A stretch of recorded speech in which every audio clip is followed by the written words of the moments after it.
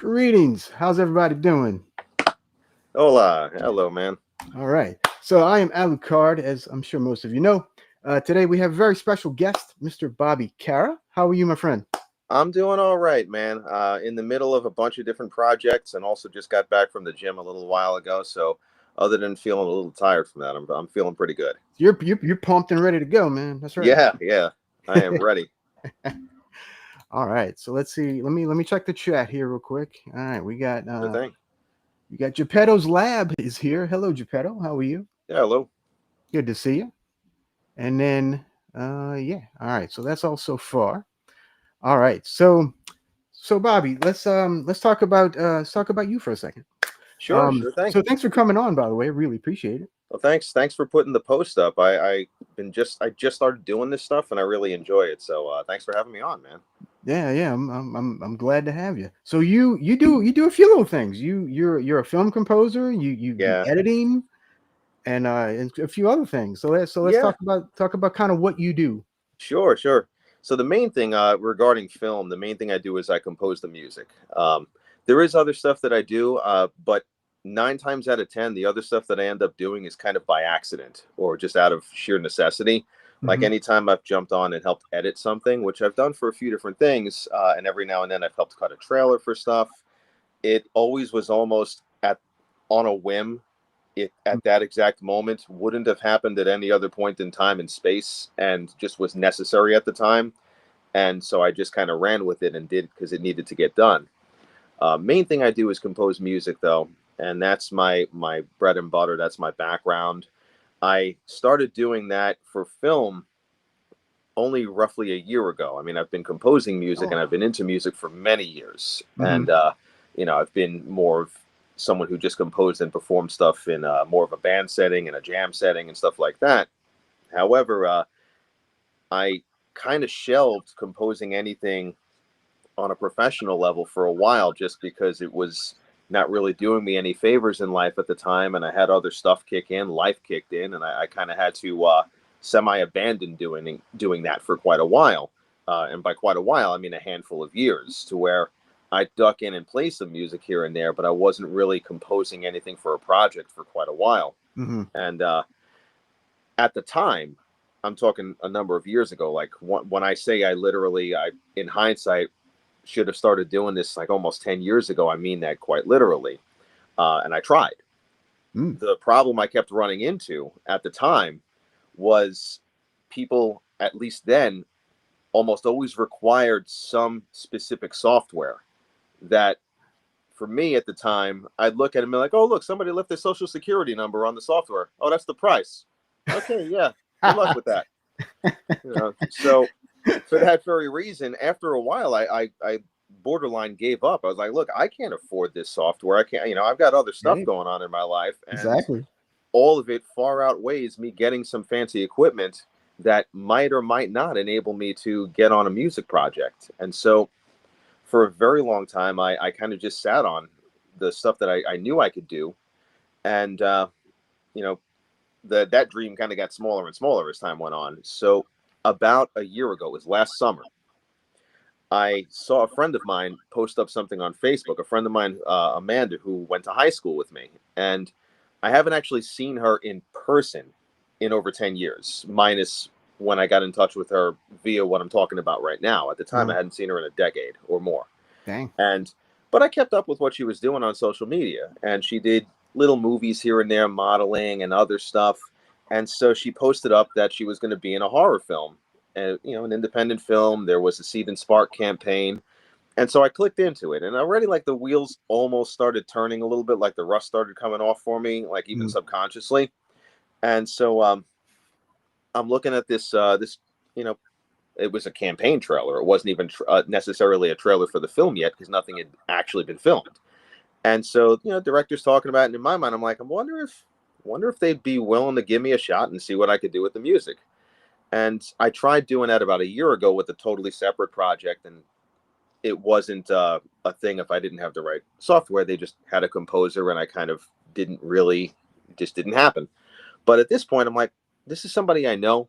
Let me at least reach out and ask. The worst they can do is tell me they already got somebody. Right. And I was fully expecting either A, never to hear back from her, like, because she's got a busy life. She's probably going to look at this and be like, really, seriously, dude?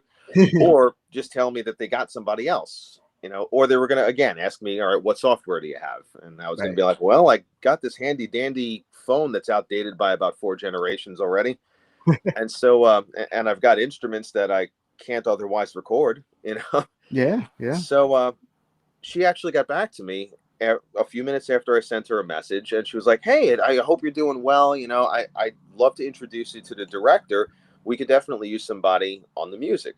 And so she introduced me to Paul Sutt, and it was for the film Hunt, Chase, Kill, which just came out a few weeks ago at New Jersey HorrorCon, and it ended up winning an award and whatnot as well. So me and him, we hit it off pretty much immediately. And I told him, like, oh, I think I lost you there. You there? Yeah, I'm here. Keep going. Oh, I see what you're doing. Sorry. Yeah. On the phone, it just cuts out when you're doing that. But I spoke with him, and I let him know, look, man, what I'm using right now, I got GarageBand on my phone. That's all I'm capable of using right now, minus a few live instruments. And he was cool about it. He was like, look, man, I don't care what software you got. I care about your ability to actually compose a good score. And so once he had a scene ready, he sent it to me kind of to see what I'm capable of. I composed some stuff for him, sent it back, and he really liked what I did. And so from that point forward, I was in. And so throughout that, I found out that they were filming only about 40 minutes away from me. And so whenever I was able to, I actually visited the set. And I didn't need to. I'm doing everything from a distance, but in my mind, whenever I can, I like to meet people in person, and I like to be on set, not only because I think that makes things a little more legitimate as far as like building a relationship with somebody, but at the same time, if I can be on set, see how they're setting things up, see how the scenes are being executed, maybe get a little insight about the characters from the people who are playing them, and so on and so forth, it'll better enable me to compose a better score. And sure enough, there were some things that I just kind of, whenever we were taking a break, I just pulled out my phone and started composing, and came up with the stuff that, like, I'd say 75% of it ended up in the actual movie. I ended up also helping out on set, and I got a small part in the role in the film. I end up being someone who is in it for about 2 minutes and doesn't last beyond that. I was actually just about to mention that because I read that you play a victim. Yeah. I end up. Well, I don't want to spoil it, but I definitely don't survive. That's probably the best way to put it without spoiling anything. But it was fun to compose the music for my own death. That was a good time. I bet that's something you never guessed that would happen, would you? Yeah. Even my wife was saying, like, I never thought that I'd see the day where I'm gonna, see my husband get murdered on screen. But here we go. Okay. Yeah, there you go. Yeah. So it worked out really well. He was very happy with the score. We received a lot of positive feedback for the whole film, including the music, but other stuff as well. They won an award for the effects that they applied to it. And then they've got a red carpet event coming up for it as well, where that'll be kind of larger scale. That's the uncut version of the film. And I was able to make some tweak ups to the music that I didn't have time to take care of between the time that I got the scenes and the time we had to have everything ready for the HorrorCon. And so it'll be kind of the final, most updated version of the film too. Sweet. All right, I'm gonna drop the trailer too in the comments so everybody can go check it out. Thank you, man. Yeah. So all right, so I made a post a while back asking filmmakers and actors or whoever wanted to do it to come on and watch a movie with me, and you were one of the first ones to reach out, and you chose Dead Alive. Oh, I love that movie, man. Right. That is one of the most fun movies. So why Dead Alive? I had the feeling it might be something someone else wouldn't pick. It's one of those movies that, like, unless you already know, you just don't know. And it's like, if you have not experienced this movie, it's one of those, you got to see this types of things. So for anyone who ends up tuning in and isn't familiar with this movie, they're in for a surprise. They certainly are. They certainly are. All right, let's see who else is here. We got our buddy Star Lord 7. What's going on, Star Lord? Hello. Always good to see you, my friend. We got Vanessa in the house. Hello, Vanessa. Hey, how's it going? We got Brydazzle. Yes. I believe that's how we pronounce it. If that's wrong, let me know because I've seen your name a few times, and I hope I don't. I hope I'm not keep mispronouncing your name. All right, and of course we have Acres of Movies. Should Peter Jackson make a live-action Castlevania? Oh man, that'd be pretty awesome. That would be You pretty know awesome. what? One, he definitely is the type of person who probably wouldn't hold back as far as the violence and gore that would be necessary for that type of film. I mean, considering especially how they adapted it on Netflix with an animated version. But Mm-hmm. two, he's got such a respect for source material. I would trust it in his hands. Agreed. I can't say that about 75 to 90% of the movie making populace. Yeah, I'm totally with you on that, my friend. Totally with you. All right, and Geppetto says, "Great guy, great talent." Talking about you. There you go. Oh, thank you. There you go. All right, so let's go ahead and start this movie. I'm not gonna have it on screen, unfortunately, guys, because copyright and whatnot. And the link is there though, in case people want to watch. I do have it, a link. It is in the description and the comments, so feel free to go along with this. However, I think that version is the hour and 44-minute version, so maybe a little off. Yeah. All right. So let's go ahead and you ready to go? If you want to give us like a 3, 2, 1, go, I'll just I'll hit it on go. All right. All right, and let's go 3, 2, 1, and let's hit that bad boy. Let's go. All right. Here we go. All right. Got my Trimark logo coming up here. Yeah, same here. All right. One of the 4 or 5 labels to where it's like if you watched that, it was one of the 4 or 5 that you're probably in for something. Yeah, true. I remember seeing it, and then I think one of the first ones I saw was one of the Chuckies or something. Oh yeah. Yeah. When I was like 12. All right, I think I see a reflection of Skull Island in your glasses, so I think we're synced up properly. There you go. Yeah. So we're in Skull Island. Peter Jackson. Yeah, then he did the King Kong. Went on to do King Kong in 2005. So by the way, let me know if the volume on my screen is too loud or interfering with anything. All right. So yeah, anybody in the chat too, if something's too loud, let us know. Because what I hear and what you hear sometimes are different. All right, let's see. All right, we got Cal L. Daly in the house. What's going on, Cal? How's it going? All right, let's see. If Frighteners was a big hit, would you have wanted a sequel? You know what?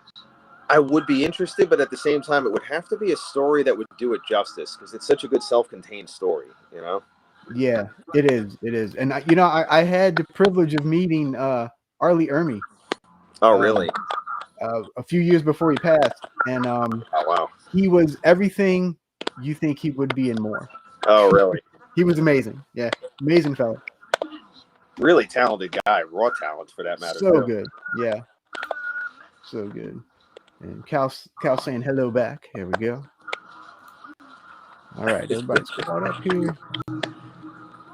All right. So we got some wackiness already.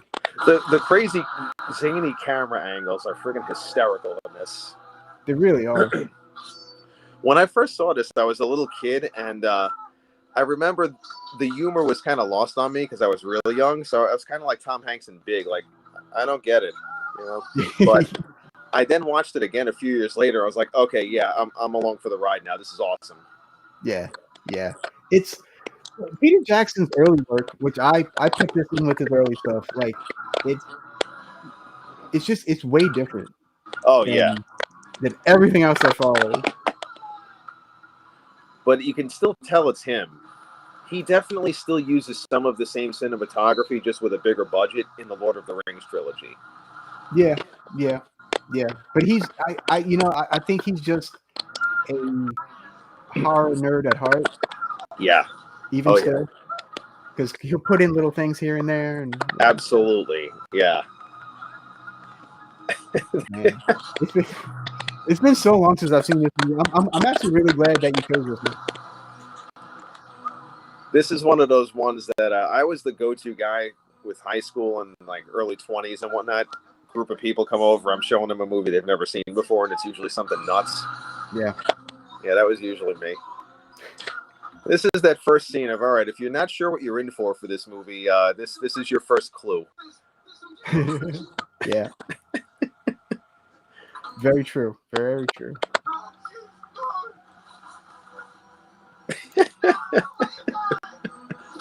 It's just, yeah. And just the rawness of it. I mean, it's practical, and there are moments where it looks a little phony, but because it's actually there, it still has just a nastiness to it. Yeah. Yeah. I'll always choose practical over CG any day. Yeah. That's such a great title card. It is, with the blood dripping and stuff. Yeah. We need a comeback to that. I love that. We do. In fact, I have. Let me see.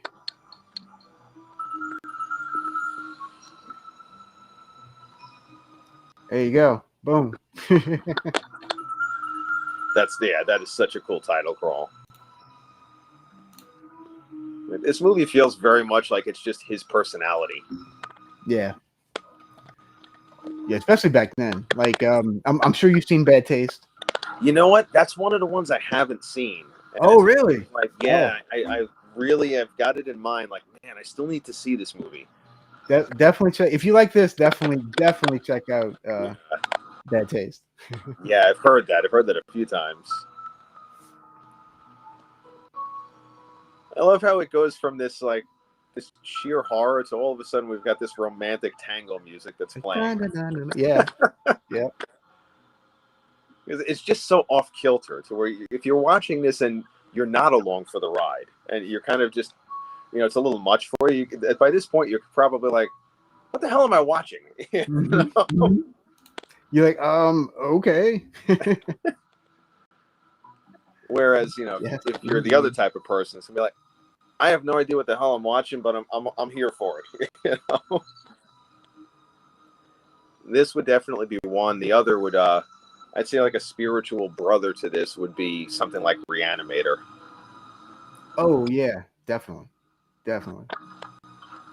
Like that's something that some drive-ins need to capitalize on. That's a double feature waiting to happen right there. Like Joe Bob or somebody should do that. Like that would be, yeah. Yeah, the one I've got near me, about an hour and change away from me. It's the Mahoning Drive-In, and they're great with that kind of stuff. I should suggest that to them. That would be a great pairing. Oh man, I don't have anything like that around me. I'm down in New Orleans. Oh, okay. So like, yeah, we don't, like, everything just goes away. Oh yeah, it's terrible. I hate it. I've been meaning to get back to New Orleans for a while though. Both just myself and also with my family. We've been wanting to go there for vacation.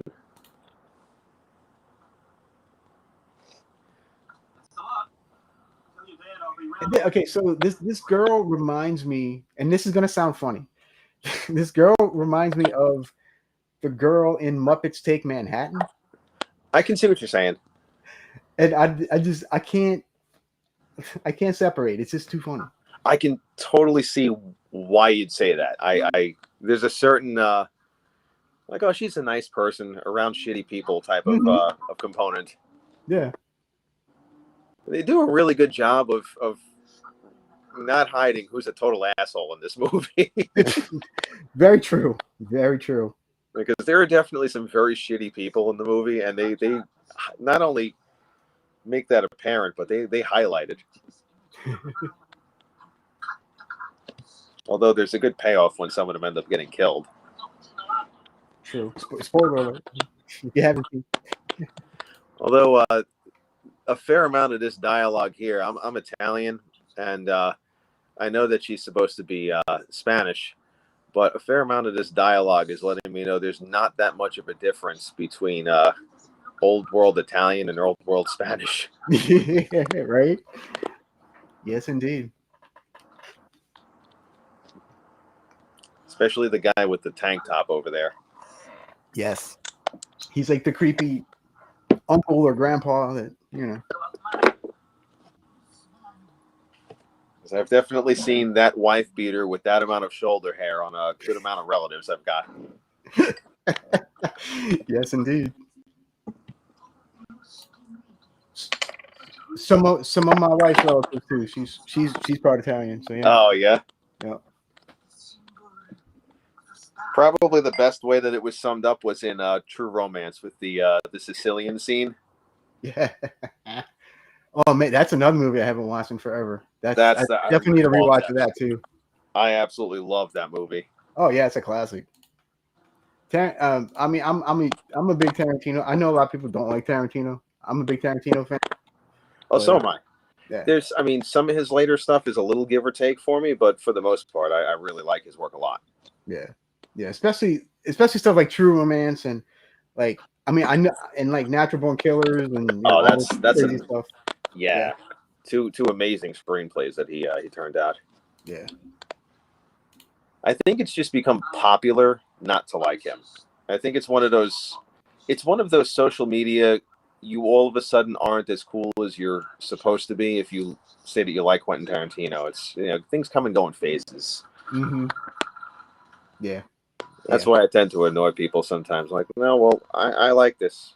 You don't like it, too bad. Yeah, exactly.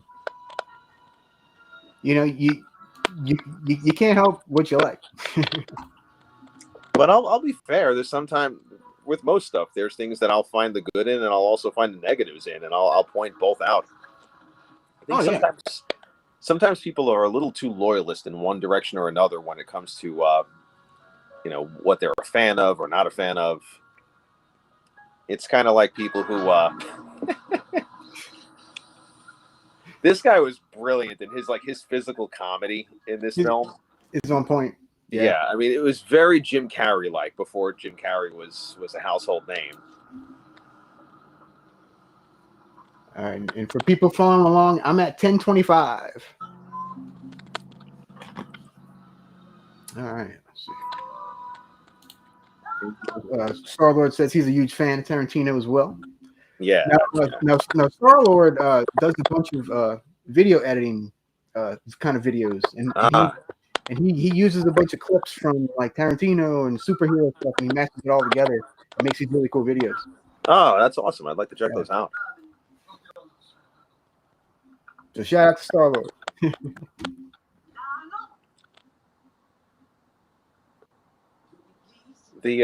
The way that he has the camera pan on her, like you can already tell, this woman's gonna be a bitch. Yeah, from the second you see her. Yeah. And he's so like innocent and bright-eyed, and like he's like, oh okay. Yeah. It's like the Saving Private Ryan scene when the wrong Private Ryan goes by and all the people in the group just look at him and they go, "Told you he was an asshole."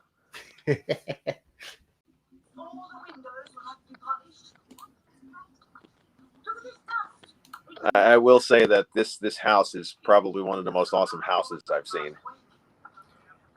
Oh yeah, was this a real house? I don't know, but if it was, I mean that's damn impressive. It probably was I wouldn't be surprised if it was houses plural. Yeah. Oh yeah. Oh, the lawnmower. I wonder if that's going to come into play. Yeah, some nice foreshadowing. All right, so we have a question here. Do you like Cool World? You know what? I'm a little mid with Cool World. There were some things that I really liked about it, and then some other things that I wasn't crazy about.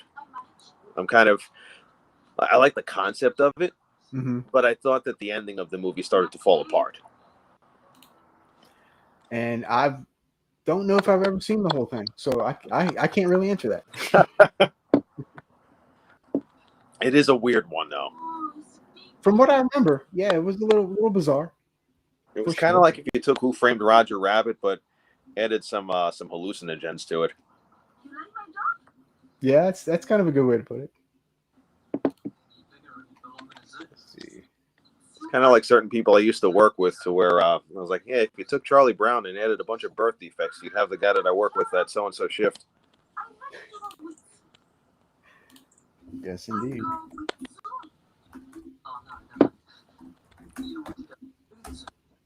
All right.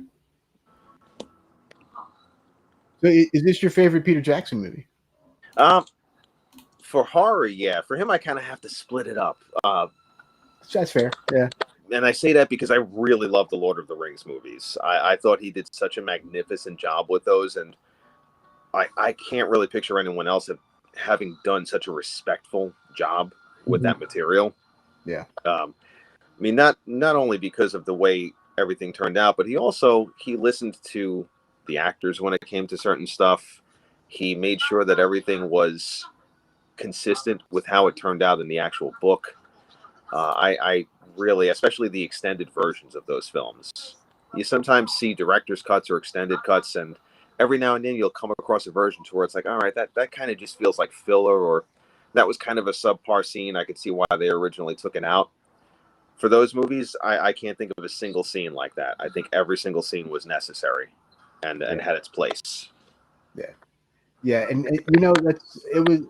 I couldn't even imagine adapting Lord of the Rings to movie. Like that. That in and of itself. Wow. Well, the other thing is, he was so smart about how he did it, because everything was just filmed back to back, and you couldn't have done that any other way. You would have lost actors, or they would have aged too much, or anything like that. It just wouldn't have worked. Yeah. Case in point, we see shows on streaming stations now, and it's like, oh wow, well that was a nice 6 or 7 episode show, and we're not going to get another season for 2 or 3 years. Right. Yeah. I wonder what that 11-year-old is going to look like in 2 or 3 years. Yep.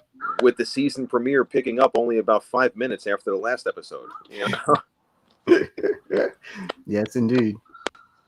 I'm definitely concerned about Stranger Things. I really like that show a lot, and I don't know enough details because I've purposely kind of stayed away from them, but I'm hoping they do enough of a time jump to explain the aging of the characters, you know? Right. Now I've only seen half of the first season, but I did walk through the Universal Horror Nights house. Oh yeah, Stranger Things, and that was amazing. I heard about that. Didn't get a chance to see it though. And but yeah, so I am interested in seeing more now. It's very much worth checking out. I would just binge it. Like if you have time, I would just go from beginning to end. Yeah, that's kind of what I want to do. I just want to sit there and just watch a bunch of them and just be like, all right, let's just do it in a few days and we'll get through it. There were a lot of people who gave some of the middle seasons some flack, and I never really understood that. I always thought that everything tonally had a good level of consistency. I find that people are just fickle. Yeah. Really, nowadays. I think it's back to the thing of everybody needs to be a critic for clicks now and stuff like that. Yeah. I mean, if that's legitimately someone's opinion, hey, you got your opinion. That's cool, you know? Yeah. I love the stop motion of this thing. I love it too. It's so great. You know what it reminds me? You remember back in the day there was that kids movie, The Mouse and the Motorcycle? You ever see that with Fred Savage? Yeah. Like it's like if you took that, but partway through the movie there was some kind of demonic possession of the mouse or something. You know? It's like, wow, that escalated quickly. Yes, indeed. Oh my God. Yes. That's great. I love it. Oh, this dude with the cigarette hanging out of his mouth. I forgot how funny this was. It's the complete lack of what's the word? Revenance or respect for certain stuff. Just drags the dead body out. You know? Like holding it like it's a garbage bag. Oh, it's so good. Reverence, that's the word I was looking for. Not revenance. What the hell am I saying? Words. Whatever.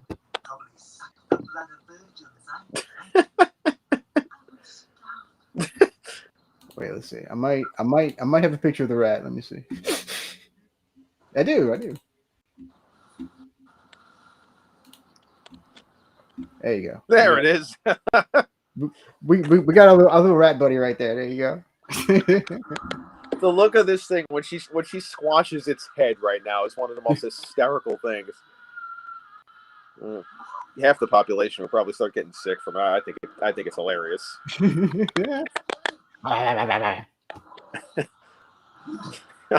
Yeah. Crush, crush, crush. You see the eyeballs crawl out. Oh, it's so gooey. Yeah, the other thing about this is there was like a certain texture to the blood in this, and it was like almost pink, as if there was like pus mixed in and stuff. Yeah, yeah. Like in another context, it just would have looked like a kid slime or something, or a Nickelodeon toy. You throw it in this context, it looks like some of the nastiest shit you ever seen. And I want to say that looked like it was Forey Ackerman too.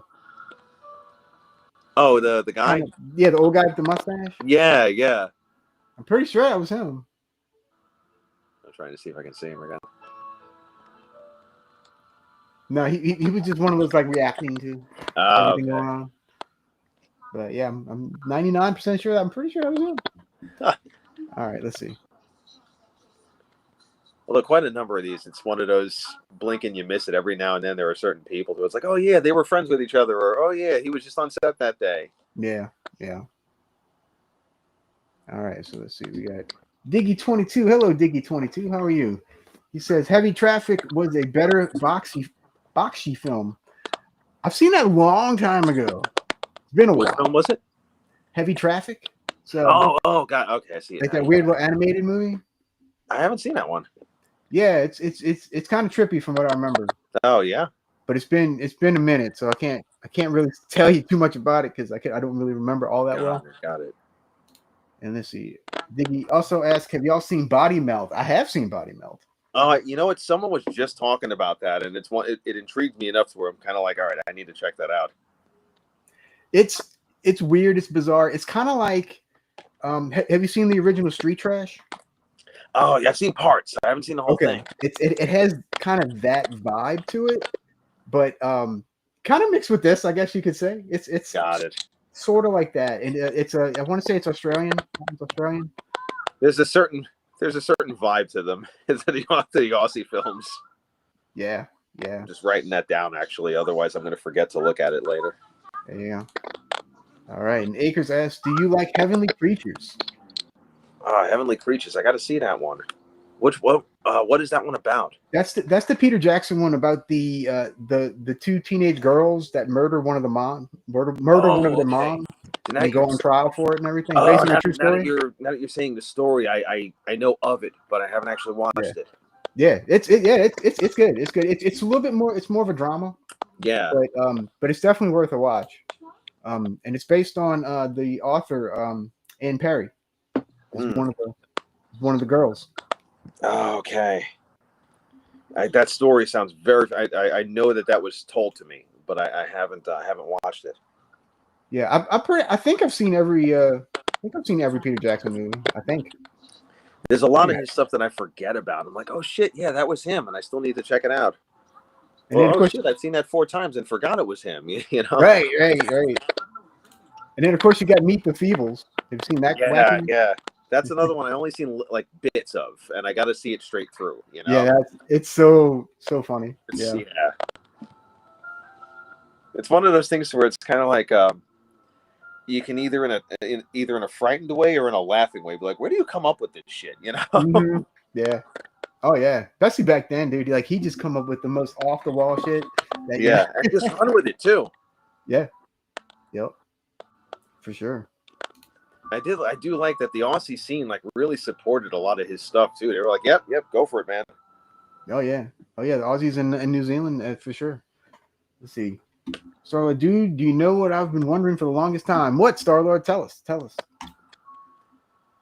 And then Cal says this movie is expensive on DVD. Oh man. Yeah, it can be. I happened to get mine used, and I got lucky. Oh, I got mine years ago. So. I love the little squirt here that happens here. The little the X-ray part here. Yeah. And then there's this like pus shot on the friggin' picture that happens in a second. It's just so well done. Like his style back then was so I don't want to say MTV, but like so like in your face and like just like, yeah, you're gonna take it whether you like it or not. Yeah, it's like we're gonna focus on this pulsating, nasty thing as much as we possibly can, and Yeah. then when you think we're done, we're gonna pull another close up on it and make it worse. Make it even closer. This is one of my favorite scenes coming up. The part at the dinner table. Oh yeah. Like one of the best and one of the funniest parts to me too. She's trying to put her face back together in a minute. Oh yeah, yeah. That's the other thing. There's like all these nasty boils on her skin and shit. Yep. Hey Tom. Tom says he doesn't know this movie. Oh, you don't know this one, dude? Come on, man. Oh, this is a classic. Oh, and Cal too. Cal hasn't seen it either. All right, Cal. All right, we're giving you some movie education here, my friend. Yeah, this was early Jackson. This was like what, his second or third movie, right? Something like that. Yeah, I want to say it was his third movie. Yeah. Because I know what Bad Taste came out first, and Feebles came out first, and then there was this, right? And then this, yeah. And all three are absolutely insane and yeah.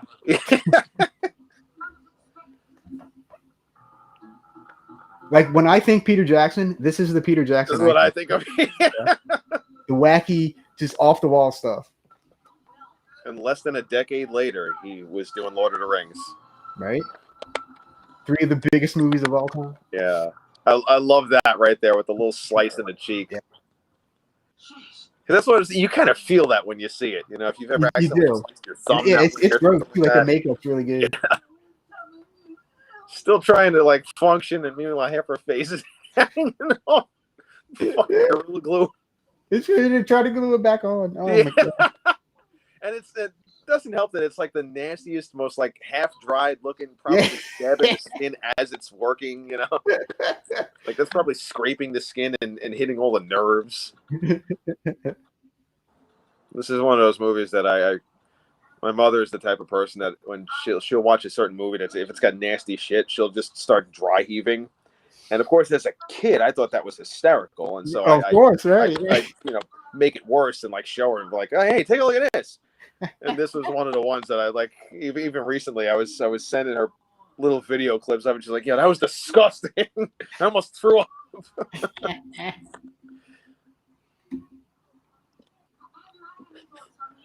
All right, let's see. Diggy says the cinematography reminds me of that Tom Petty music video with Alice in Wonderland. Yeah, what were you literally just saying a minute ago about it too? Yep, for sure.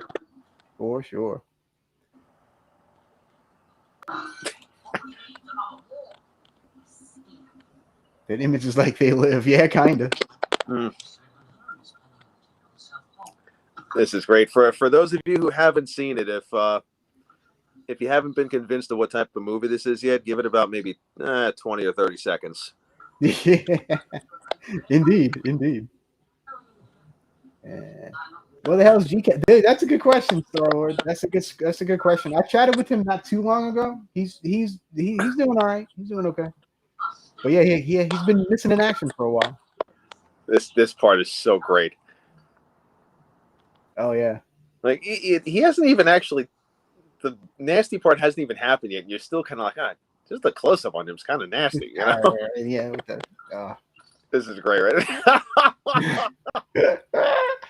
Oh my god! I love the line. It's like don't look. It's like don't look. Rich and creamy, just like Mom used to make.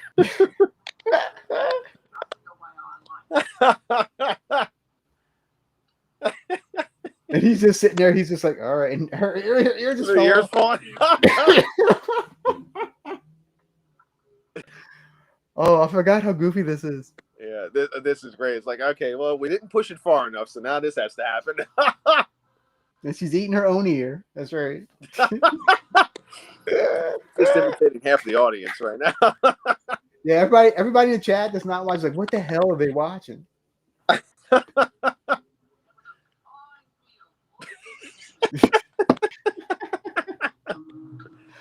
Oh goodness. Oh man, I forgot how funny that was. And the thing about it is, like, you think that, all right, you're only about 20 minutes into the runtime, and so there's a part of your brain that's like, it can't get any crazier than this, and it's like, no, No, hold my beer. We ain't even halfway there yet. You know. Just wait. Yeah, just wait. Yeah. It's right around this part. You can make an argument either for this part or the baby part later. It's that point in the movie at which the movie personified pulls over and says, "All right, you can step out now if you want. And just know if you stay in this car, I'm about to do a bunch of lines off the steering wheel and drive off of that cliff." Yeah. Yeah. Right about now. It's like dripping out of her mouth. I love the effect here. Oh yeah. Pulls, yanked it out. Like, you know, it's not her face, but it just looks so damn like nasty and visceral. Yeah, like you don't care. Yeah. My mother ate my dog.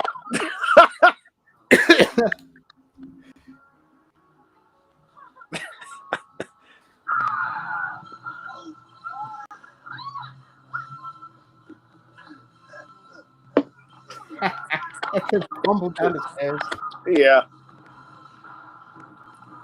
The combination of this with like the really up close camera shots are just so they're so brilliantly done and make it that more like outlandish. Yeah. I guess that's the right word. Oh yeah, that's a perfect word I think for this. Yeah.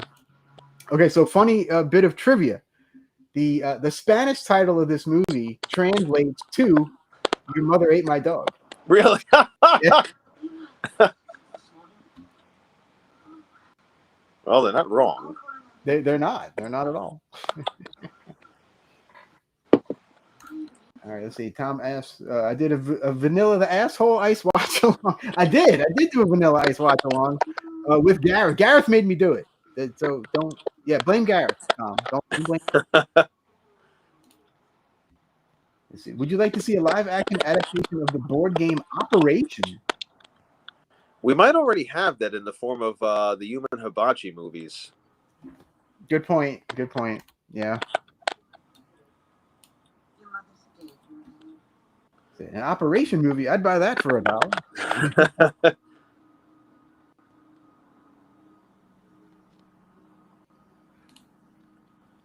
I love this effect with, if I recall correctly, with the spine that happens.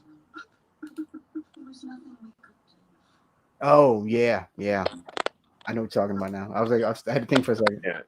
This movie, from about the 20 or so minute mark onward, it's like one ongoing Mortal Kombat fatality. Yeah. Oh, I forgot he had his fingers going in this. Oh yeah, over there. There it is. Yep.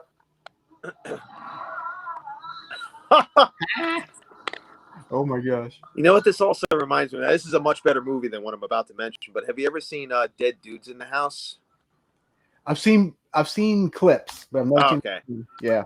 I mean, that's basically the title sums it up. These people get stuck in the house with this like zombie ghost lady who looks kind of like the mom here, and she's got supernatural strength and starts picking them off and turning them into other zombies. It's the most ridiculous fucking movie, but it sounds like something I need to watch. Yeah, it's brilliant in its ridiculousness. Yeah. You look up the movie, if you look it up online, the stock photo for it looks like a Saved by the Bell like cover photo or something, and it has nothing to do with the movie. Nice. All right, the cheetah's in the house. What's going on, Patrick? How's it going, my friend? Any bats in this? Maybe. I don't remember.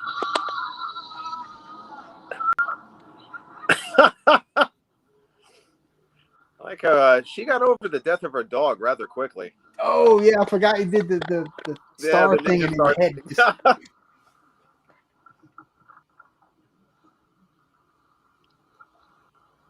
Yeah, see, everybody always talks about the ending of this movie, but all the stuff getting up to it is actually crazy. The ending is so batshit crazy that it makes a lot of this look calm. Yeah. Which is really, like, you kind of say that and you're like, wow, I just said that, didn't I? And it's true. Holy shit. Everything else is like, it's bonkers. The whole friggin' movie. Yeah. To the point that if that last half hour is that insane, it's kind of like, if you haven't seen the movie before, you're like, how much more are they going to ramp this up, you know? Right. Like, how much further are they going to take all this? If this movie came out today, the ratings board would have a field day with it. Forget it. Oh yeah. Oh no, they wouldn't. This would be eight X's instead of three. Yeah, pretty much. Let's see. Cheetah says Operation had a live version called the Human Centipede.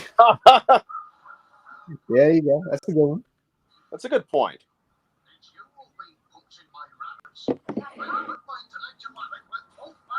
Yeah, graduate from cats to bats and now roaches because of asthma. Oh, Lord. Oh, Jay's up in here. Hey, Jay, what's going on, my friend? Jay loves this movie. There you go. There we go. Yeah. Yeah, good taste, brother. we need to do a watch along too. Let me know when you want to do one.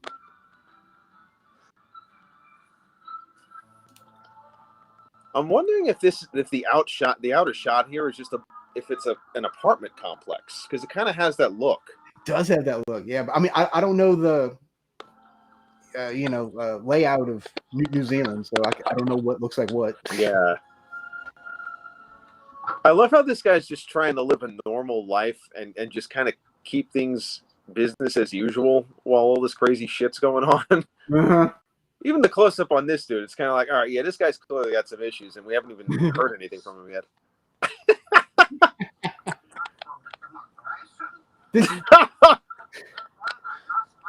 So if they did an American remake, Christopher Lloyd would play this guy. Yeah, I can see that. Or Willem Dafoe. Willem Dafoe would work too. Yeah. You know who would be this guy? Who would be Lyle? Nicholas Hoult. Ooh, yeah, okay. Yeah, that could work. I can totally see that. Yeah. Now this might be a little too much on the star power, but I can see someone like Zendaya playing the love interest. Yeah. Although yeah. Then again, they might want to go the Jenna Ortega route. I would personally prefer Zendaya. All right. We can always be like, all right, let's be fair. You've got about 8 other horror movie franchises that you got. Let's give it to someone else. Right. Give it somebody else. Anybody else. I really like Lauren Rivera from the Terrifier movies. Yeah. She's awesome. I think she's a bit underrated. Everybody talks about Jenna Ortega, but I think she's awesome. Yeah, she was badass in those, man. Yeah. So I don't know. And she also has the stunt background too. Yeah. She's not just an actress. I mean, she's both, and she's very good at both. Yeah. Very true. But there's a certain level of physicality that comes with it, especially if we're talking about a remake of this fucking movie. Although, you know what I'd love to see? Screw a remake. I'd like to see Peter Jackson just make a sequel. Yes. Like have him just do a return to form, and have it like this, like all nasty and practical. Especially because he's got the star power to pretty much probably do whatever he wants now. Yeah, well, true. Oh man, yeah, I forgot how insane it is. This is great. It really just keeps getting crazier. It's like the syringe up the nose. Oh my gosh. And by this point, you can't tell when the actress is playing the mom or one of the stunt people. Yeah. And dude, we're only 36 minutes and 45 seconds into this. Yeah. That's amazing. I'm gonna stand up for 1 second and just get a charger for this phone. Sure. All right, Akers, you're asking if Peter Jackson could take over the Nightmare on Elm Street franchise. That's interesting. That would be interesting. I'd be down. Actually, a franchise that's been in limbo, and he'd probably have a real interesting take on it. Texas Chainsaw. Yes. I'm actually a big Texas Chainsaw fan, and we'll talk more about that in a little bit. But since you have a little connection there. Yeah. And let's see. Should Peter Jackson direct a live-action Nightmare Before Christmas? I'm gonna say no.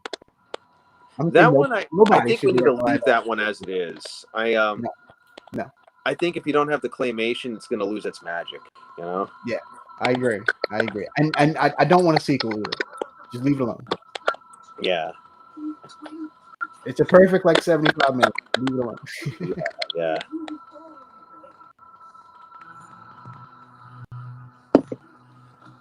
Like I heard they were doing an adaptation or a sequel to Corpse Bride, and in my mind, I'm kind of like, leave the story alone, man. That's perfect the way it is. What the hell else are you gonna do? Yeah, I don't quite understand all these all the remakes and sequels that make no sense. Yeah.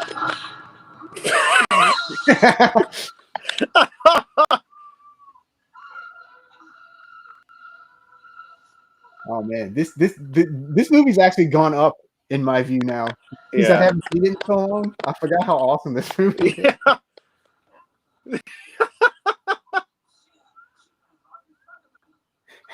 Oh, did you have the old school changeover mark in the corner there just now? I did, yeah. That's a lost thing. It doesn't It exist is. anymore. They don't. Yeah, they didn't wait because they don't do it on film anymore. Yeah. Nobody does it on film anymore. And this was actually shot on 16 millimeter. You know what?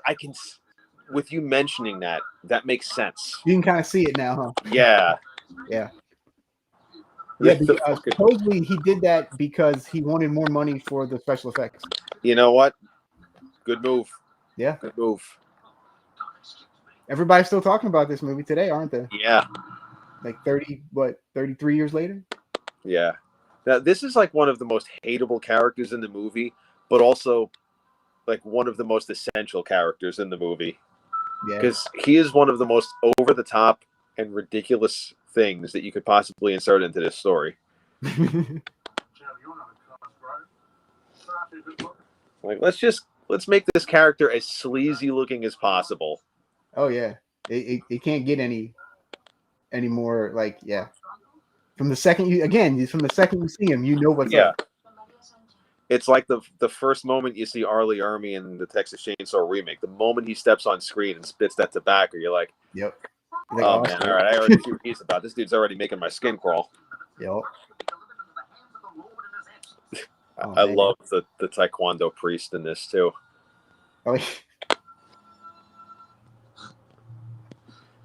Oh man, there's so much about this I had forgotten. This is the part where Peter Jackson has his cameo as well. Yeah, because he's the embalmer, if I recall. This is the mad scientist lab full of monster stuff. Yeah, bright green and red.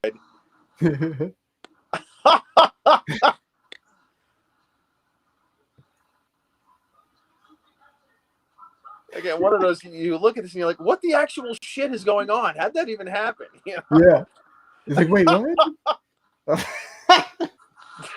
Oh, God.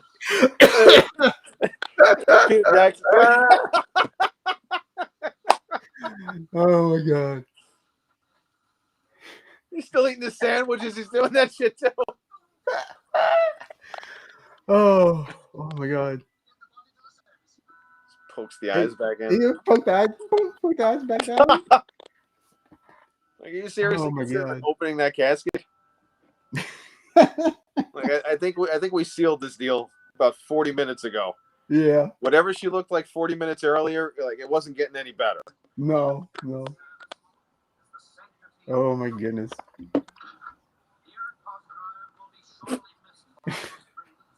And the way it's set up, like, you already know something's going to happen, and it's going to end up leading out to where everybody is. Yeah.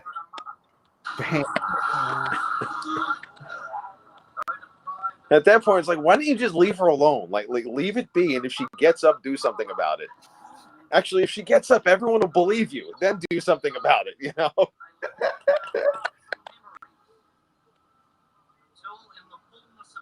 Yeah, even when there's like a little lull of a moment, yeah, he does something crazy like this. Yeah, like this is one of the calmer scenes. Yeah.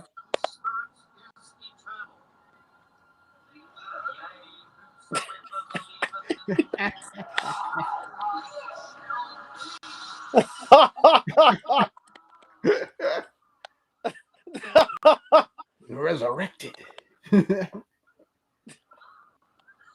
And he wipes the brow. He's got the green on the crap gets all over him.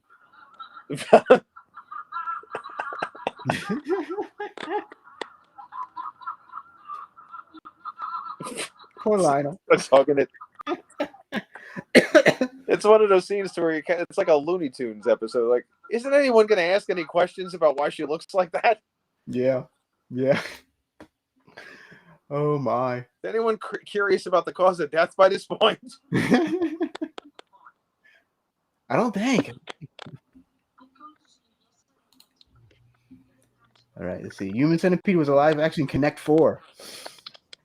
There you go. That's fair. Yes, indeed. It makes sense. It makes sense.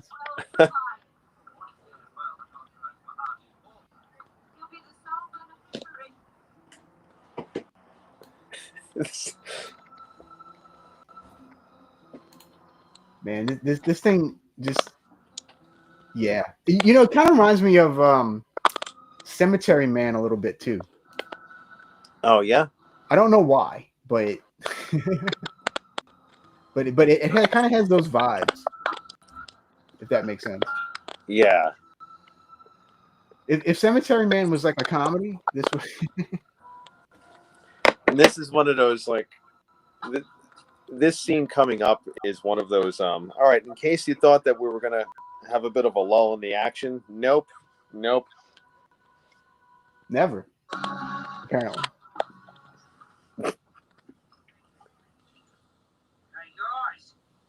Oh man. All right, let's see. Let's try to catch up with the chat here since we have watched this movie when I was 12 years old with my 9-year-old brother. Nice, Jay. That's awesome. Cheetah saying Zendaya's awesome. Yeah. I'm way behind. There. One of the smarter characters in the Dune movies. Yeah. Let's see. Sam Raimi went back to horror, and Peter Jackson should too. Hey, I'm not against it. I'm not against it. I'd love to see him do something in this vein. Oh yeah, absolutely. Oh yeah. You knew this shit was gonna happen as soon as he was pissing over. It's like, yeah, he's losing his dick. It's just the blood splatter just everywhere. Coming out of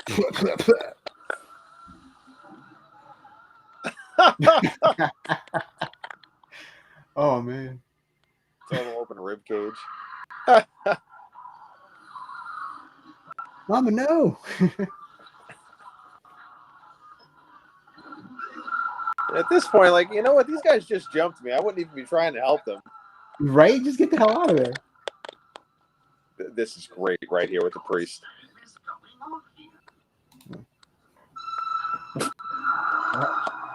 Instant transformation.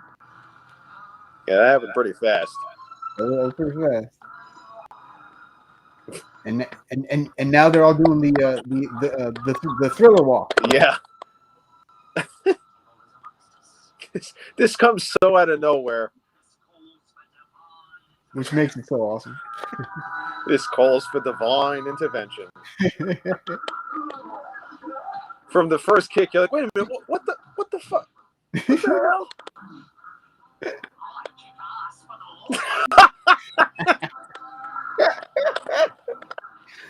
Oh my god. Man. Now Patrick, this guy's got some skills, if you know what I mean.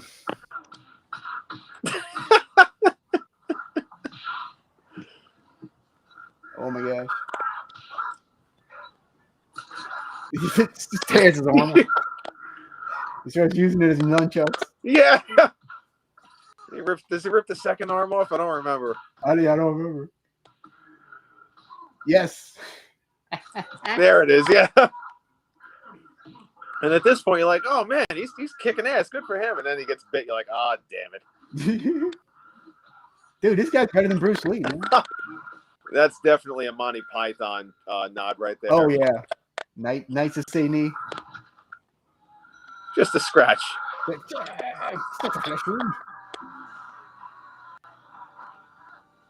He's like, damn it.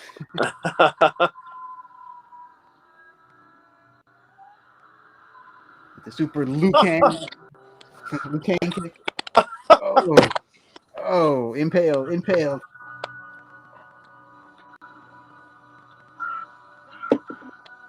Damn. Man, that sucks. That was great. That was just such a Oh my fun God. sequence. And like once you see him preparing all that food, you're like, oh my God, he's actually trying to keep them all. I will be right back. This charger is not working, and I know where the other one is. All right. Yeah, I'm gonna catch up with the chat since you. All right. Starbucks says sequels need to make a comeback. I'm not against sequels. I want good sequels. That's the kicker. I want good sequels. Let's see. Tom says Drag You to Hell was great. The sequel is oh, I didn't know they were doing another one. Okay. I'll check it out. Drag Me to Hell. Yeah. Whatever it's called. Yeah.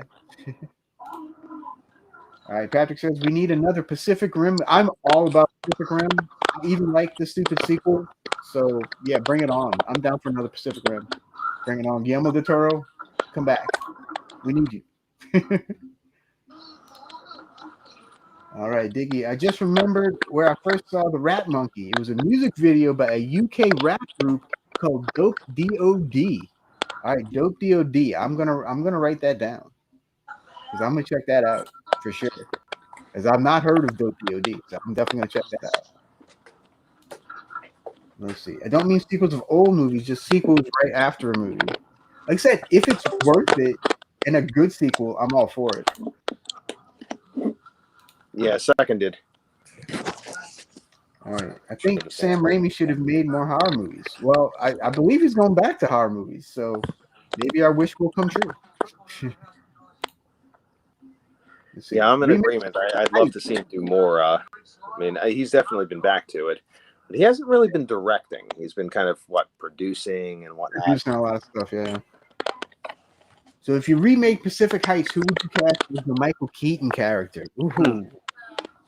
Ooh, that's a good question. Michael Keaton was perfect in that movie, though. Yeah. Oh, I don't know. I'll have to think on that one. I don't know. That's a tough one. I don't know who could handle that nowadays. How old was Michael Keaton? And he was like what, in his 30s in that movie? I want to say probably about 30s. Yeah, early 30s probably. I'm trying to think of who'd match up to the age. Yeah. Yeah, I don't know. I mean, I know some talented folks out there.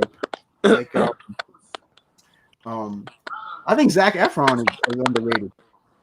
Yeah, he's a good actor. He's solid. In more, minus the Iron Claw, he's been in more just action oriented stuff or comedy.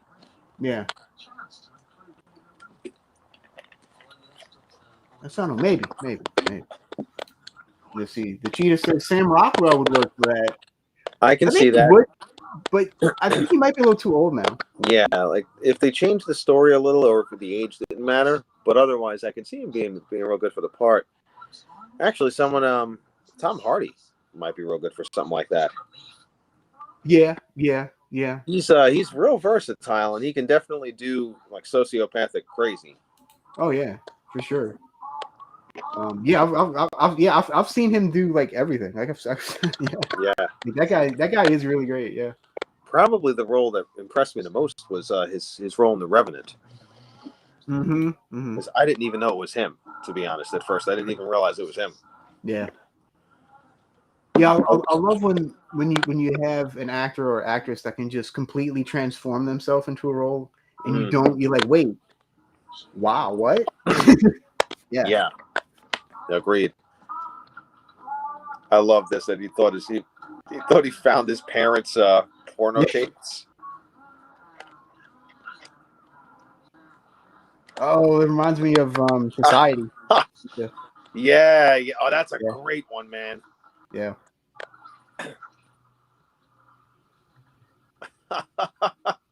Man, the makeup alone in this nasty. Is incredible. The close-up shots are making it 1,000 times worse. And by worse, I mean better, of course.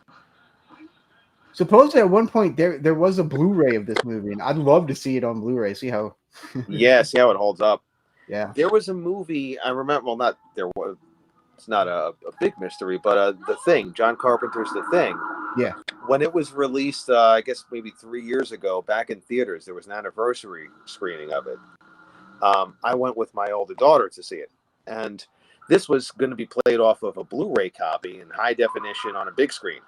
And so I was actually worried. I'm like, man, I wonder if there are going to be a lot of flaws in the effects that we're going to see that, you know, they never would have prepared for because high def didn't exist then. Right. And it would have been totally fine with like the grainy film, but are the effects going to kind of start looking a little shoddy? Well, we watched that movie, even with it in like super high def on a gigantic screen. Not only did it hold up, it actually looked better than I'd ever seen it before. Because on a blown up screen, I saw all of these finely done, intricate details in the effects that I never noticed before. Like little detailed shit that you'd have to really be looking up close, like extra like veins and eyes and all these other little things that were just crafted into the pieces, and I was amazed. So not only did it hold up, it actually looked better. It was insane. I never expected it. That's awesome. Well, that's Rob Bottin. Yeah, his amazing effects. Yeah, Rob Bottin was great, man. He's done the effects for some of my favorites, man. The Thing is obviously the top, but then you had the Howling and Total Recall as well. Which were brilliant. And didn't he do RoboCop? He worked on part of some of RoboCop. Some of it was him. I actually did a documentary on Rob Bottin. It's really? Channel. Yeah, check it out. I need to see that, man. He's one of my favorite effects guys, like all time. One of my favorites. Oh yeah, he's my top, I think. I remember there was always that comparison of what's better, The Howling or An American Werewolf in London. I love both movies. They're both tonally very different films. They are very different, yeah. I love them both. I love the effects of both. It's very impressive. Oh, this is fucking great. I'll get back to what I'm saying in a second. The baby. Oh my god, yeah. This is the part where like the movie just completely loses its shit, you know? Yeah. Because it hasn't lost its shit before, right? It's hitting the fucking brick wall. Hey, let's just put a bucket over it. Just close it. It's fine. This entire scene is one of the most hysterical moments in the movie. Oh yes, the carriage. Like what the hell was he thinking taking it out? You know. Again, there's that Jim Carrey like physical comedy that this dude does brilliantly in this scene. Yep. It's very Jim Carrey and very like Mr. Bean. Yes, very Mr. Bean. You nailed it with that. Yeah. Which is probably that overlap between Aussie and English humor right there. Which is that wonderful combination of really dry and really exaggerated.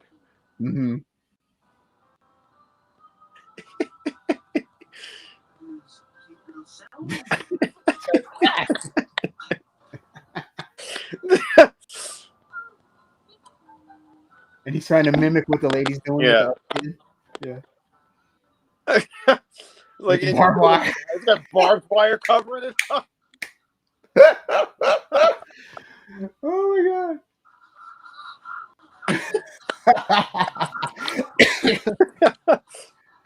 Oh no, they got ruined the pivot. Like there's a bunch of plastic food that just got run over. This part with the friggin' little person inside that costume. Yes.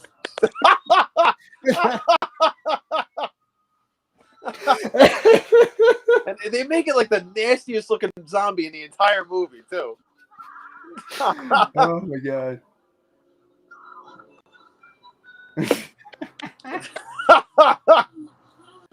I mean, it's just funnier and funnier every second of this movie. Oh my god! I think my face hurts from laughing. Right around here, I think he starts slamming it into the metal poles.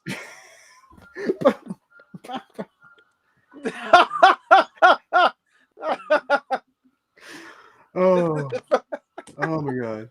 Oh! I can't. Words cannot. Yeah.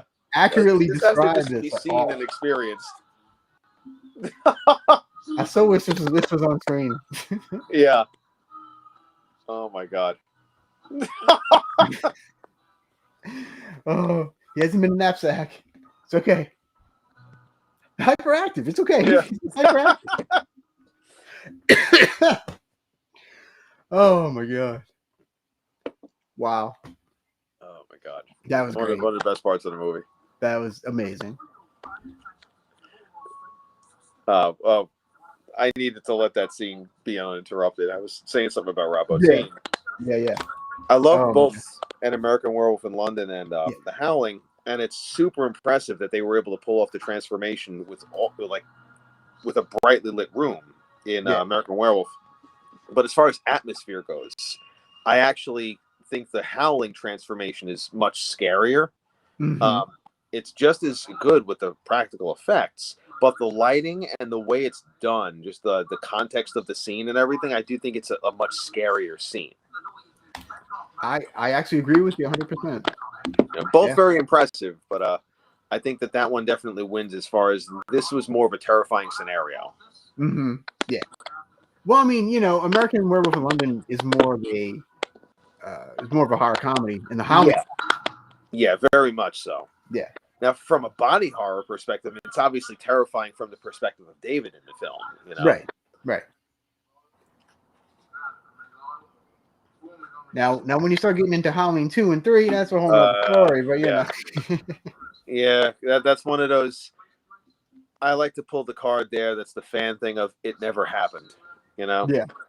Like there are different sequels. I do like Howling 2 because of how insanely stupid and weird it is. Yeah. I like how Christopher Lee actually apologized to Joe Dante on the set of Gremlins 2 for being in the Howling 2. Like that's just like, wow, you recognize the shittiness that much, Yeah.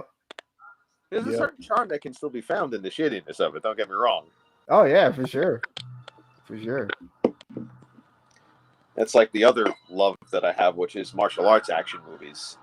And there are a ton of doozies from that are like, oh my god, this is terrible, but that's why it's brilliant. Yeah. Oh yeah. Especially like some of the deadly venoms and stuff. Some of them are great and extremely well shot. But then you have your other ones that are the lower tier, like, oh my god, this is friggin' terrible, and I think it's unintentionally funny, Yeah. Oh, for sure. Let's see. If Peter Jackson's wife made her own movie, what would you want her to make, and would you see it? She writes a lot of stuff with him, though. I think she does. So, I mean, it would probably be like a Peter Jackson movie. Yeah. I would imagine someone who's been married to Peter Jackson that long probably has a very similar way of thinking. I would imagine. And like I said, I'm pretty sure she co-writes almost everything with him, so. Yeah. Let's see. Starlight says, I'm happy about Spaceballs too. I'm happy, but I'm weary. Cautiously optimistic, maybe. Yeah. That's probably a good way to put it. Yeah. If Mel Brooks has got total creative control, we're probably in good hands, but it would depend on how well younger actors deliver on the stuff that he's doing. True. Yeah, because he has a very distinct style. Yeah. And if they don't match up to it, it'll be weird. Yeah. Now I did see some of what he did with History of the World Part 2, and it was still very much his humor. I was like, wow, this is actually better. There were some moments that were really legitimately funny. I haven't watched the whole thing yet, but so if he's got like a solid script in mind, we might be in good hands. Yeah, well, I'm just happy that most of the characters are coming back. Yeah, like even Rick Moranis is coming out of retirement. So. I'm so freaking happy. I love Rick Moranis. He is amazing. Yeah, I love Rick Moranis. Yeah, he was like a childhood treasure type of thing. Like he was kind of the way people think of Brendan Fraser now is probably the way people think of Rick Moranis from a different generation. Yeah, for sure. Yeah. Super admirable guy too, to where he stepped away from things to make sure his kids were well taken care of. Make sure his kids turned out good. Yeah. Amazing guy. Yeah, you definitely take care of your family first. You know. We are like what T-5 minutes until the movie completely loses its mind. Until yes. If you didn't think it has lost its mind already, because it has, it goes even further, folks. Yeah, like everything so far has just been a couple of shots at the bar. Right now, you're about to just take every single bottle from the top shelf, put them all in the blender, and chug it. Yeah. Yep. This, the way the dude played the uncle or whatnot, he's just so over the top, and it works so well for this movie. Yeah. Probably the nicest person in real life. You see so often that like the people who play the worst people in movies usually are like the nicest, sweetest people in real life and on set and so on. Yes, and I can attest to that. I'm acquaintances with Troy Froman, who played Ox on Saved by the Bell. Mm-hmm. And he was like the most obnoxious character ever on that show. Yeah, and he's like the sweetest guy. Sorry if I ruined the illusion, Troy. By the way. Oh no, that's something I've seen so many times with so many individuals, or heard of so many times. In fact, Troy Froman would be great as the creepy guy with the. He'd be fantastic in that role. I think. Yeah, he'd be great. Someone he was in Joker too, so Yeah. Someone they say that about was Anne Ramsey when she was in the Goonies. They said that she was the nicest person on set. She would invite people over and cook for them and whatnot, and she was just like these sweet. She was like everyone's mom to a degree. She was like that type of person. Yeah, and she was so nasty in that movie. It was sad. Yeah. Between that and Throw Mama from the Train as well. Yeah. Yeah, she definitely had a character.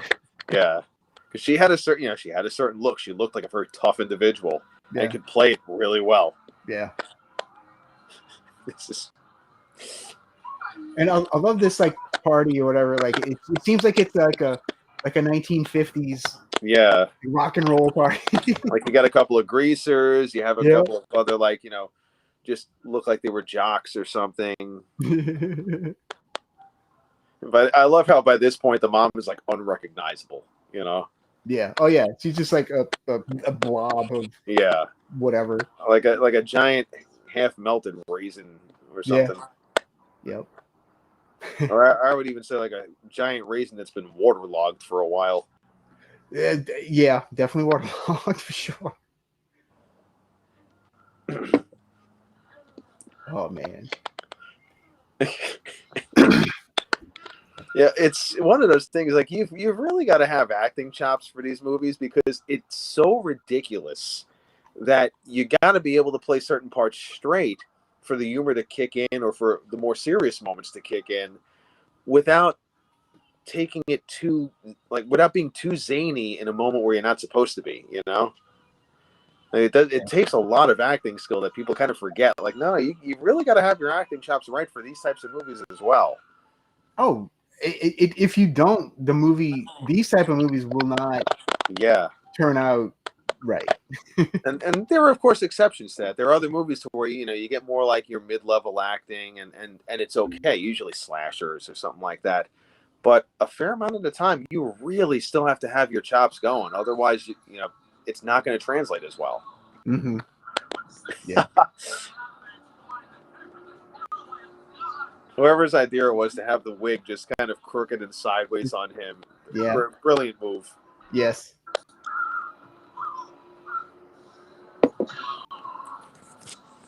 Yeah, I'd love to see Troy do this. That would be amazing.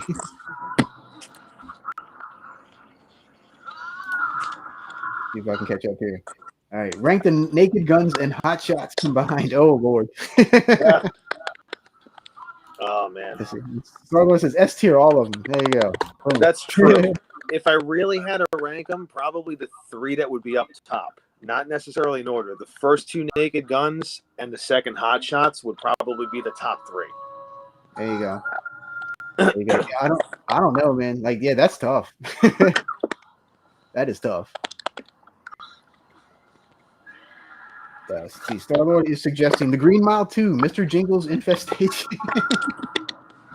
Or Mr. Jingle's Revenge. There you go. Yeah, it can be like, it can be like the Jack Frost movies. Yeah. Yeah. Oh my god, that fucking movie. I love how it's like just like a deformed Cabbage Patch doll that they just chuck every now and then. Yeah. And now the shit hits the fan. All right, folks, we're at 108.33. If you're following along at home. So yeah, this is when the shit really starts hitting the fan. Yeah, this is such a great effect right here. I love this. Oh yeah, just completely rips the entire whole rib cage out. cage, like the front and back of it. Yeah. Like Just the whole fucking thing. Just literally the lungs are still inside the guy. Yeah, this is where the movie just totally loses its shit. Yeah. This is nonstop mayhem from now on. Yeah. It's all rise from here. And then when you think they've gone so far, they go further. Yeah. Although that was more accurate. Like if you're gonna take someone's heart out, you're gonna go through the abs, you know? Yeah. I love the hand shit. Gotta get under the rib cage. Help us.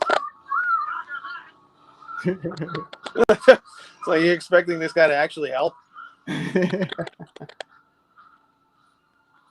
She's just stabbing it with like the littlest pair of scissors. I'm like, oh shit, everyone's turning now. Uh-oh.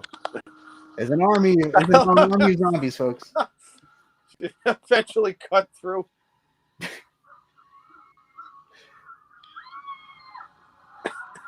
And the hand was trying to get up into his nose. Man, I wish they'd make more movies like this. Like, there is literally no other movie like this movie. No. There are ones that are similar. Yeah. You know, there are other great horror comedies that are their own thing, but there is no movie like this. No, nothing. Oh, I forgot about the gnome. Yeah. Oh yeah. The people who are only listening to this and not watching are probably, what the fuck are they talking about? The gnome? Like, yeah. This is a movie you have to experience. It's not us talking about it does not do it justice whatsoever. Oh, this is great with the guy's legs, his lower half. Oh yeah. Like I said, for such a low budget, because this was a low budget movie, like these effects are amazing. They're really good effects. And by that point, do that guy a favor and get. Oh my gosh.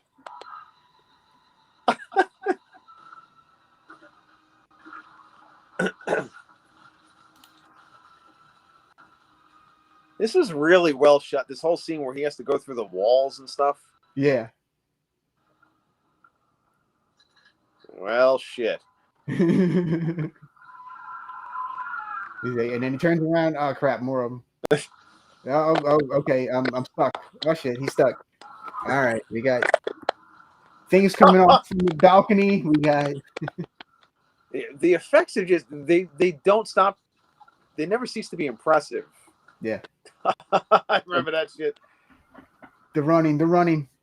10-1. This is inspired by someone's dream where they're trying to run somewhere and can't get there. Yep. Oh, he stepped on him. A lot of squishiness in this movie. Yes. The sound design is great too.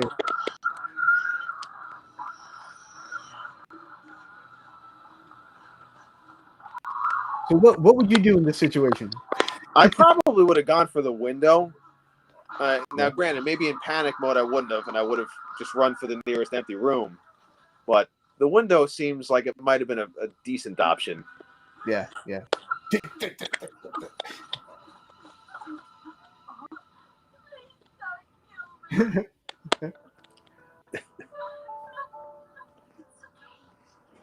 Especially because these zombies are not exactly lethargic. Yeah. No. Not at all. And they clearly have superhuman strength. Like, we're not talking about, all right, they're just ones that run. No, they're like super strong. They're ripping people's faces and heads off. Yeah. This is not your George Romero zombie. This is more of your 28 Days Later zombie. That's great. The one other effect that reminds me of, remember in the movie Demons with the transformation when the teeth start coming out? Yes. Love that. Love both of those movies. Yeah, they're both really good. They're kind of like the sequel. You don't really know if it's a sequel or just a retelling, but they're both really good. Yeah, they're both amazing. In fact, I have them. I have them right behind me somewhere. Yeah. Been meaning to get a copy on Blu-ray of those. Yeah, there you go. I got my copy. Oh, that's the one. That's the one I'm actually looking to get.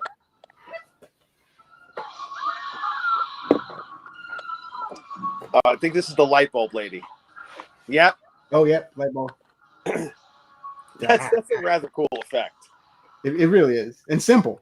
Yeah, and it's all right. We've had enough bloody ones. Let's do something slightly different. All right, let's light her head up. Oh, this is the part where the internal organs start going after him. Oh, yeah. That is a brilliant look, right? The effect for that is so cool. Yeah. Because it's got to be an alternation of a guy under the ground, and then for the low shots, a guy above. You know. Mm-hmm. And like you can recreate this with CG, but it doesn't look the same. It's not gonna. Yeah, it's gonna look too shiny and clean, and it's not gonna be convincing. And the brain knows, even the subconscious knows. Yeah.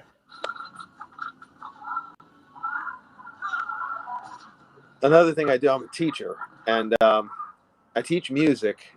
But one of the things we do is we'll watch parts of movies to the movies that we're going to play music from the score of for a concert. Mm-hmm. And so a fair amount of the time that might involve a movie that has practical effects in it. And I'll actually stop and I'll go on a little bit of a side quest of a lesson and we'll talk about practical effects compared to CGI and stuff like that. Nice. Now, granted, that doesn't include this movie because I would have probably been fired over 2 years ago.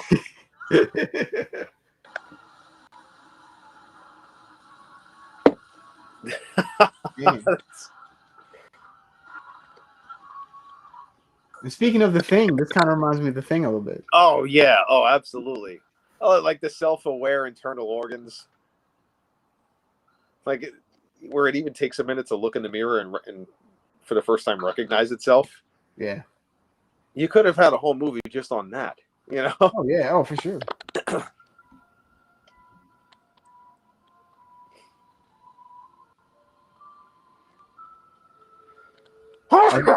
I love the little like peaceful music here too. Yeah.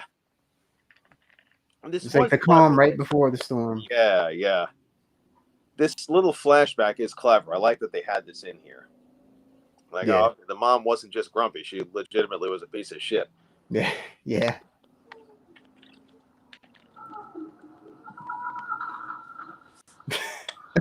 For Stanton.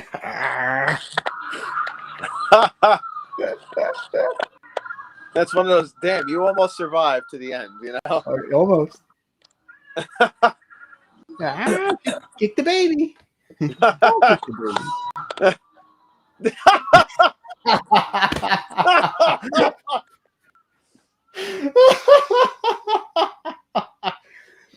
Oh, I forgot that the frying pan. Yeah. Bag. Half of this stuff is straight out of Looney Tunes. Just like a really gory version of Looney Tunes.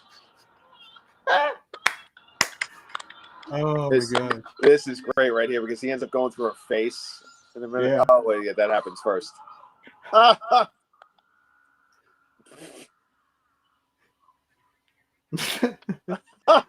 little person running is one of the funniest parts. It's great. And he puts the gnome head in there. Oh my god. Oh, I love how that's the last thing right before that changeover. I wouldn't have let his ass in. Let them eat him. Are you right? He's an asshole. Why are you helping him? Yeah. He's not going to help you. Yeah.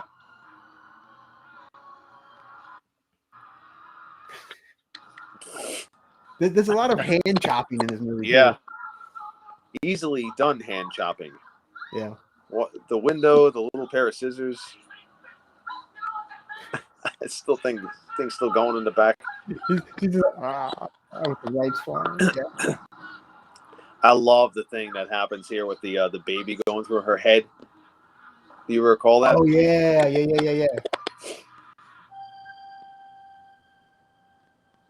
Oh my god.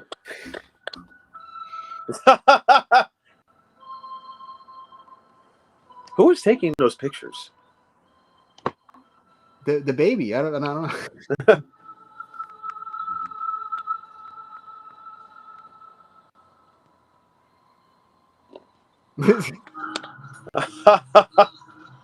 you know he wouldn't get away that easy.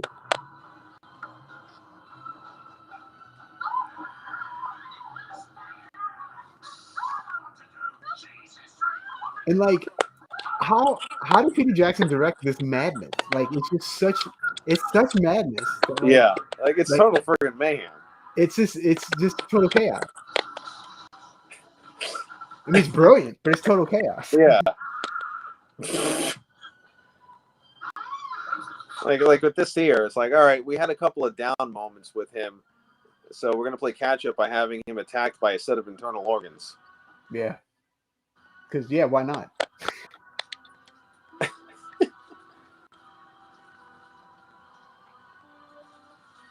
Oh man. That's just one of those nasty. Like, oh, I don't want that shit in my leg right now. No. Oh. Oh, he's just hanging around. Oh man. I love how they kind of gave the internal organs a face. Mm-hmm. This is a great shot right here.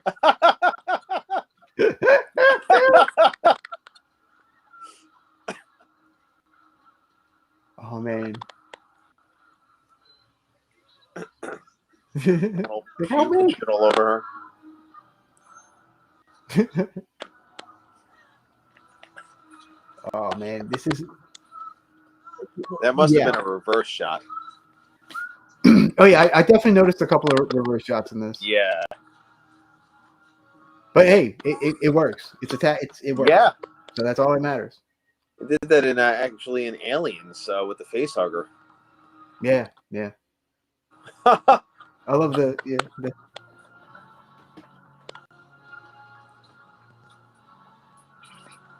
It's to bite it like the umbilical, like Veldar bites the umbilical cord and yeah. That's just one of those, man. You just bit someone else's nasty lower intestine. Yeah. I wonder if Herschel Gordon Lewis ever saw this. I love how there's just like that chili of nasty shit going through.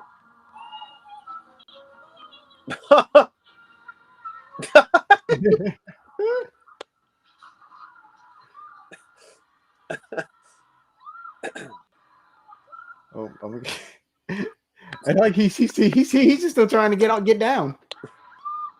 I do like that they give him his moment though to take out probably 2/3 of these things himself. Yeah. It's kind of like Ash in Evil Dead when he's more of the cowardly character at first, but then he kind of emerges through the course of the films. Yeah.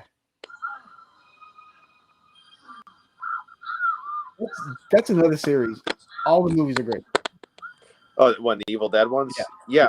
I totally love them agree. all. Every single one. Yeah. That's one of the rare instances where the tone of the films completely changed over time, and it didn't ruin it. Like somehow it didn't mess it up. It still worked somehow. Yeah. And that's very rare. It is. So I know they're making another one. I hope it stays the course. Yeah. Evil Dead Burn. I've liked all of them so far, so hopefully that's the case. Yeah, and I even love the remake, which that's a very rare thing for me to say. Yeah.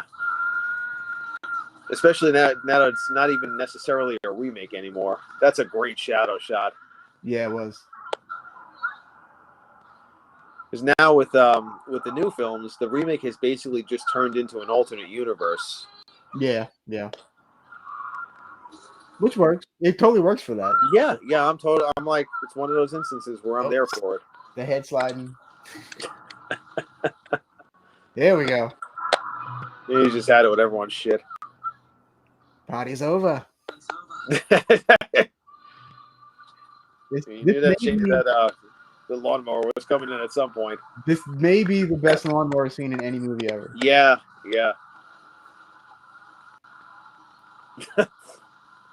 Followed closely by Maximum Overdrive.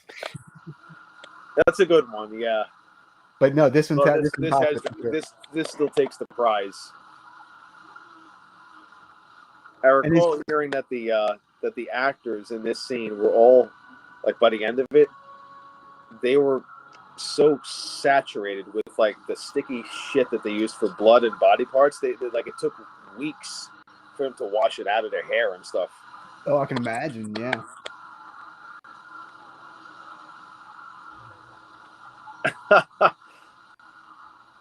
You know they would butcher this scene now with CGI. Like, it would not look nearly as good. You just see a bunch of blood splatters. Okay, you know what they're doing, but man, without it actually being there, it's not going to do the job. No, not even close.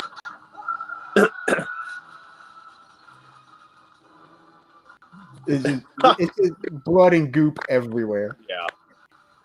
Speaking of the Evil Dead remake, the ending of that this is similar to that. Yeah, that is true. Just everywhere. And between that and, like, the tango music that you got going on in the background. Yeah. Like, this scene just embraces the full madness of the movie. It does. It sums it up perfectly. It's just complete insanity. Oh man. Let me see. So it says the movie blood was pumped in at 5 gallons per second. Yeah, that sounds about right. Yeah. That's wild. Oh, I forgot that he comes back. Yeah. Oh yeah, with the head. Yeah. That's fine. Yeah. That's a great puppet, man. It really is. It was good. His face. His face is brilliant.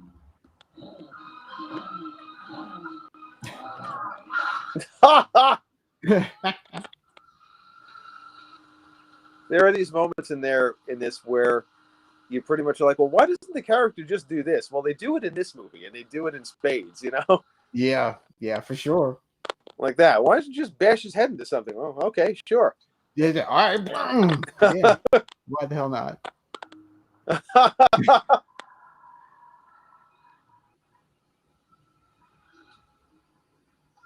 He's like, start, damn it, start. It's not starting. What the hell? There's too much shit inside of it. Yeah. You probably can't start anymore. Let's give it a minute. Just needed a few cranks. Just need oh yeah. Oh, let me borrow your hand here.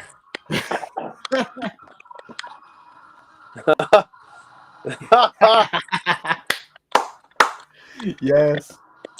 And of course, man, that's gonna happen. This is like as if he's falling in lava or something.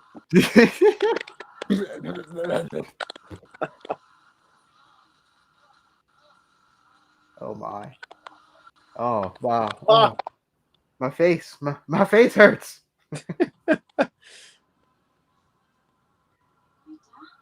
And it's still not. This has been going for like 25 minutes or something by this point. Oh, at least. Yeah, here it comes. Oh, here we go. I'm gonna break it open. It's the baby, not the mom. That was such a, and he cut to it without cutting away at first, and it was so well timed you wouldn't even notice it. Yeah. Oh yeah, I forgot the fire. Yeah.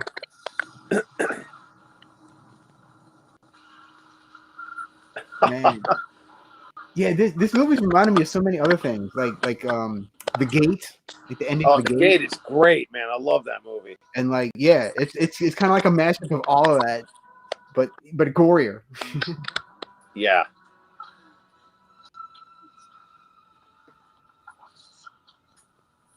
Oh man, his face too. He's like, "Yeah, I'm gonna get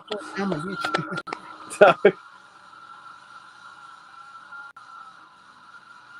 Man,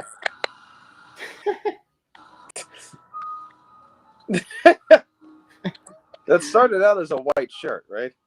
I believe so. Yeah. Time to see Mummy. Yep. Yep. Oh, here she comes.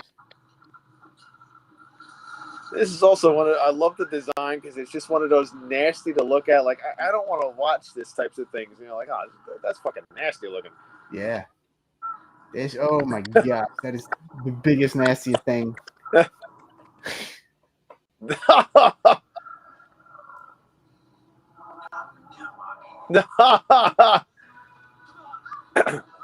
I mean, come on. How could you not? Big fat ass. I mean, okay, so if you saw that thing coming at you, Yeah, that's one. Run. like Now. I would, yeah, I would blow that bastard up and just run. And again, there's still at least one or two moments where it's like, no, we didn't push the envelope far enough. Here it comes. You know. Yeah. Oh, that's basically what this movie is. It's like, Yeah. oh, you thought we finished? No, we're gonna top that.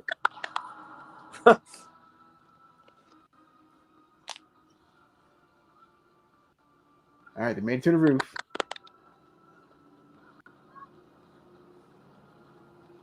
Oh man.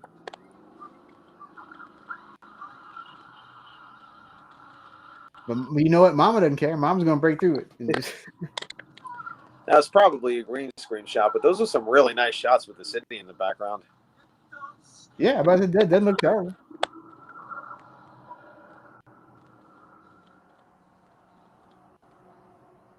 Oh my life.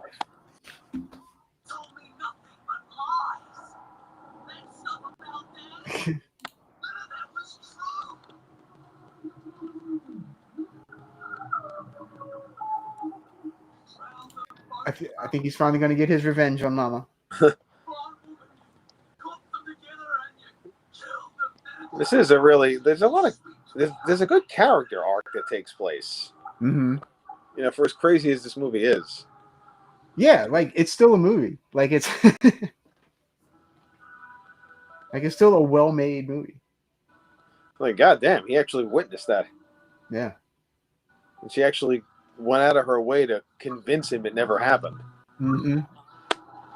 Oh yeah, she's a piece of work, man.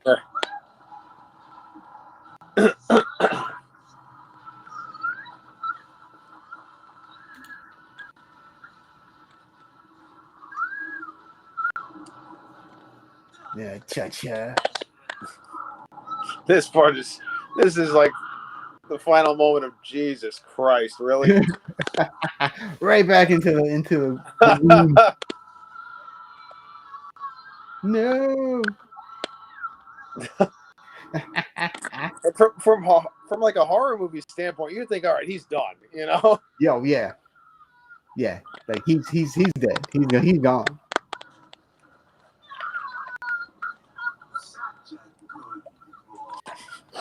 I wonder if Peter Jackson still has that suit or whatever. Probably does. Yeah. Probably. It's probably in like a storage area for him. That or like a museum in New Zealand or something. Yeah. There really should be I know there are horror museums, but there should be ones with specialty areas dedicated to practical effects. 100%, yes. That necklace saved his life.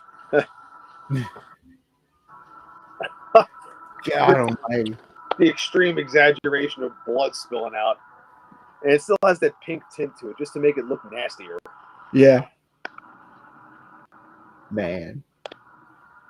Yeah, I truly, I mean, I remember it being bonkers, but I truly, you don't get the scope of it until you watch it again. Yeah.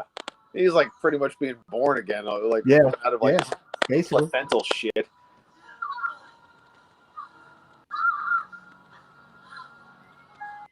And he's bloody, but he's not as bloody as I expected him to be. Yeah.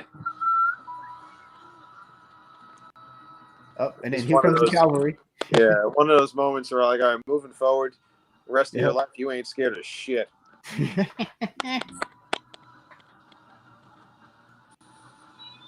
Oh, the baby's still around. Oh man. Someone asks him like, "What happened? What happened?" Like, don't ask me that question right now. He's like, you wouldn't believe me even if I told you.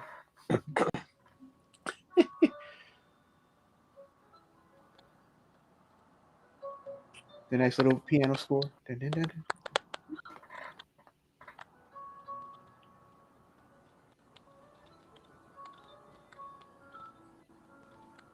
Not sure if I would have thrown that thing away personally, but you know, I probably would have kept it, but you know, just to be on the safe side. Yeah, maybe be sure. Yeah, you know, because you never know when you might need it for a sequel. Yeah. Yeah, I guess the way they're thinking of it, like with that last kiss, like we both got some nasty shit on us by this point. What difference does it make? Man, that was great. That was yeah. I'm so glad you chose this one. Thank you. This is one of those movies that gets better every time I see it too, because it does seem to be that way. Yeah. There is so much shit going on, you kind of forget certain stuff, and you're like, "Oh man, holy shit, I forgot about that," or "I didn't notice this detail," or something. You know? Yeah. Holy shit. Oh man! All right, let's catch up with the chat. We are like super behind now. Gonna stop the tango music here. Got this playing on an Xbox. There we go. Make a Captain Ron streaming series. Martin Short in 2 episodes, but mainly Captain Ron New Adventures. Hey, that would work. If they sequeled it and they just somehow reconnected and the story worked, I could totally see that working. I mean, all the actors are still alive. Yeah. And I could see like a situation where, if anything, where Captain Ron might seek out Martin Short's character for something, if he was building a resort or trying to find or on the opposite end, I could see Martin Short's character if something happened and things got tight or something financially, and he was trying to find some treasure that was out in the Caribbean, and he'd end up needing Captain Ron's help. I could see that working very well. Yeah. I'd totally be for that. Yeah, I can definitely see that. All right, Diggy says American werewolf in London for one werewolf, The Howling for an army of werewolves. There you go. That's a good point, and that's a good gotta say, I love both designs, but something I love in the Howling is the humanoid type of look where they're kind of standing on the hind legs. I really like that. Yeah. And Same. tagging off of that, it's not necessarily related to both of these movies directly, but the way that they took a very similar look and a very similar approach in Dog Soldiers, I really love. Yes, absolutely. Tom says mysterious man Rob Bottin. He made CGI without CGI. Pretty much, yeah. Yeah, that's a good way to put it too. Yeah, I like that. A movie of his, I mean, I watch The Thing all the time, but one that I watched a lot with my kids, and by my kid, I got 2 daughters. They're 12 and 13 now, and I'm talking like when they were like 3 and 4, if not younger. But like they grew up on watching action and horror movies with me. Yeah, it was just one of those household things. They basically, because that's what happened with me. I started watching horror movies when I was like 2 or 3 years old, and I loved it. And it was one of those things of my mom got me into horror. So there you go. Yeah, it was explained to me that it's fake. That's all I needed to hear. That was enough for me. Yeah. And at no point did I ever think it was going to come out of the television and kill me. Right. So I had certain movies from the old school video store, the mom and pop one that would be down, 2 blocks down, that we had, 3 or 4 movies on a VHS because we had 2 VHS players. And I would just have stuff constantly on rerun. John Carpenter's The Thing was one of them. There were others as well. RoboCop, The Terminator were others. Predator I watched all the time. But something I watched regarding Rob Bottin with my kids all the time was the original Total Recall. They loved that movie for whatever reason or reasons, and so we watched that one a lot. And the effects in that movie are friggin' awesome. The one that's maybe a little dated by today would be when the lady's head comes off of him, and it still looks good. It still looks good though. I still prefer that to whatever version of that would be CGI'd today. Yeah. You know? Oh yeah. And the entire rest of the movie completely holds up, like 110%. One of my favorite action movies of all time, and I absolutely love the effects that are in that film. That's another one I need to rewatch. It's been a while since I've seen that one too. Yeah. The other bonus there is the over the top deaths that are in that movie. Holy shit! I do kind of remember that. Yeah. All right, let's see. Star-Lord says, I heard about a leaked trailer of Kung Fury 2. I think Schwarzenegger's in it. Oh my God. I heard about that. Yeah, I think you're right. The first one's great. Have you seen the first one? Oh, that shit is hilarious, man. It's so good. It's so good. Yeah. All right. Between the actual film and then the music video with David Hasselhoff that they did afterwards. Yes. That music video was amazing. Yes. Yeah. Which it's basically just an extension of the movie, you know? Yeah. Let's see. Make a great outdoor sequel streaming program about the redhead twins going on vacation. Yes, that would be creepy as hell. That would be great. It might veer more into horror territory unintentionally. Yes. Let's see. See, Diggy says, okay, that Reverend doing Taekwondo is giving me Wang Chang Li vibes. Oh, hell yeah, man. Yeah, Huang Zhang Li was the fucking man. Yeah, there you go. One of my favorites, man. Between him and Casanova Wong, the two of them were like top tier as far as the old school kung fu films, man. Granted, we're talking Taekwondo, but you know what I mean. Yeah. Let's see. I'd like to see a new Bad News Bears, but with Liam Neeson. I can totally, especially if they want to go the off-kilter route and have him kind of be similar to the cameo character he plays in Ted. Like, imagine that kind of shit. There you go. Hey, Rob's here. What's going on, Rob? Good to see you, my friend. All right, let's see. Starlo says, but the twist is Liam is the lead actor and Billy Bob is on the opposing team. I can see that. Yeah. There you go. That would totally work, Star-Lord. Yeah. That would totally work. Let's see. What 80s arcade game would you prefer to be trapped inside of if you had to choose one? Ooh. What arcade game? Oh, man. Guess it would depend on the 80s arcade game. My brain starts going into early 90s as well. It blends for me. I mean, I would I'd probably take my chance at Mario. Like, just give me one of those Mario games. I could probably stomp on some Koopas and, you know. For me, I know this is going into 90s territory, but probably Street Fighter 2. There you go. Okay. Yeah. Just earn your fighting chops as you go and just keep going until you become a better fighter than the other characters in the game. So, sorry. So are you more a Street Fighter guy or a Mortal Kombat guy? I was literally about to say, or Mortal Kombat, under which circumstances, you know, if you're in the game, you can travel anywhere on that island, which would be pretty damn awesome. True. And then, yeah. I'm always a little of both, but as far as the games evolved, I probably started leaning a little more towards Mortal Kombat. I love the earlier Street Fighter games, like all the versions of Street Fighter 2. Yeah. And even the alpha ones as well are great. But once we got past that, I kind of lost touch with the games, partially because for a while, I didn't have a system compatible with the newer games. Right. And so I just kind of lost touch with them. And actually, the exact same thing happened with the Mortal Kombat games, too. Mm-hmm. But I do like the story and the lore better in Mortal Kombat. I will say that. I think it's got a better actual story. You get people who are like, "Oh, what story? It's just fatalities." Well, no, it's not. There's actually a lot of in-depth lore. Whole thing going on. Yeah.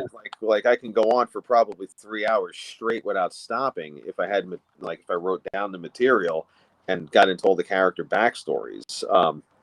That was actually the thing that really bothered me about the 2021 film compared to the 1995 film, where they took the lore and kind of just chucked it out the window, and that really bothered me. Like, they had the R rating, but first of all, we're talking about CGI gore that did not look good, like the whole conversation we were just having. And second, the lore was just like basically thrown in the trash and kicked in the ribs on its way out. The 95 film definitely had its limits. Like, it's got its 90s cheese and some of the dialogue, and there were some other drawbacks, but it had a solid story. It knew how to have its exposition within the three main characters. There was an appropriate, like, logical level of development in the story. And at least most of the fight scenes, the main fight scenes, were actually really, really well choreographed and very well set up beforehand. Yes. And I can't say that same thing for the 2021 film, except maybe for 75% of that opening scene. And that would be about the extent of it.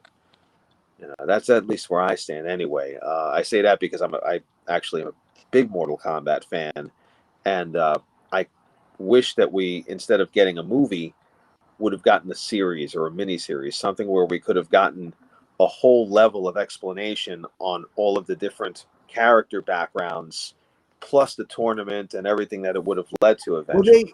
Well, they kind of tried that with what was it, Legends? Yeah, in 2011. Whatever, yeah. which I really like that show. The first season was good. Yeah. I liked the first one a lot. The second season, for me, had like maybe 1.5 good episodes, and the rest were like, man, they clearly stopped giving a shit after a little while. Yeah. Which is unfortunate. Yeah. If that had taken off, as opposed to, and I get it, I think it's because he wasn't greenlit to do the movie, and so he probably just churned out the rest of that season of the web series and wanted to be done with it after that.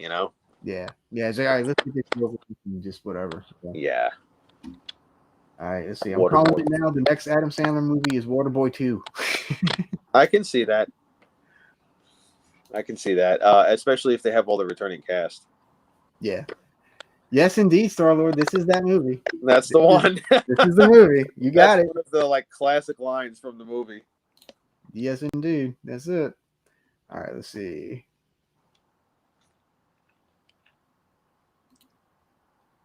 They dropped a new Evil Dead graphic novel a few months ago. Darkman versus Army of Darkness. Oh shit! Nice. I didn't know that. Dang, yeah. I'm gonna have to look. I'm gonna have to look for that. Holy shit!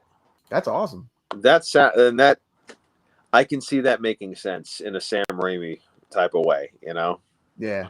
Because Darkman is fucking crazy. It's one of those, like, again, very off kilter movies where you're like, who the hell thought of this?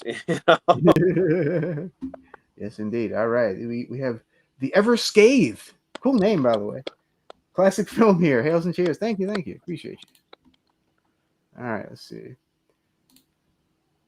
Next y'all should watch Dawn of the Dead 78. Dude, I freaking love Dawn of the Dead 78. That's another classic. That is one of my favorites, man. That's one of my all-time favorite zombie movies right there. And then there's the question of course, which version, but I love that movie. Oh yeah, I'll take any version. They're all good. Yeah. There you go. Why should be in Captain Ron sequel? There you go. Yep. That would be pretty funny. Yeah, and very appropriate. Yeah. Oh, here we go. You see, Star-Lord's on the same wave as me. There you go. Super Mario Brothers. Yeah. And Star-Lord's also a fan of Mortal Kombat Conquest. I remember Conquest. There were a lot of things I liked about that, and then there were other things where I was kind of like, why the hell did they do that? The thing that ending was just kind of like they clearly got canceled, and so they just decided, fuck it, we're pulling the television Mortal Kombat version of the end of Evangelion for the last episode. Yes, indeed.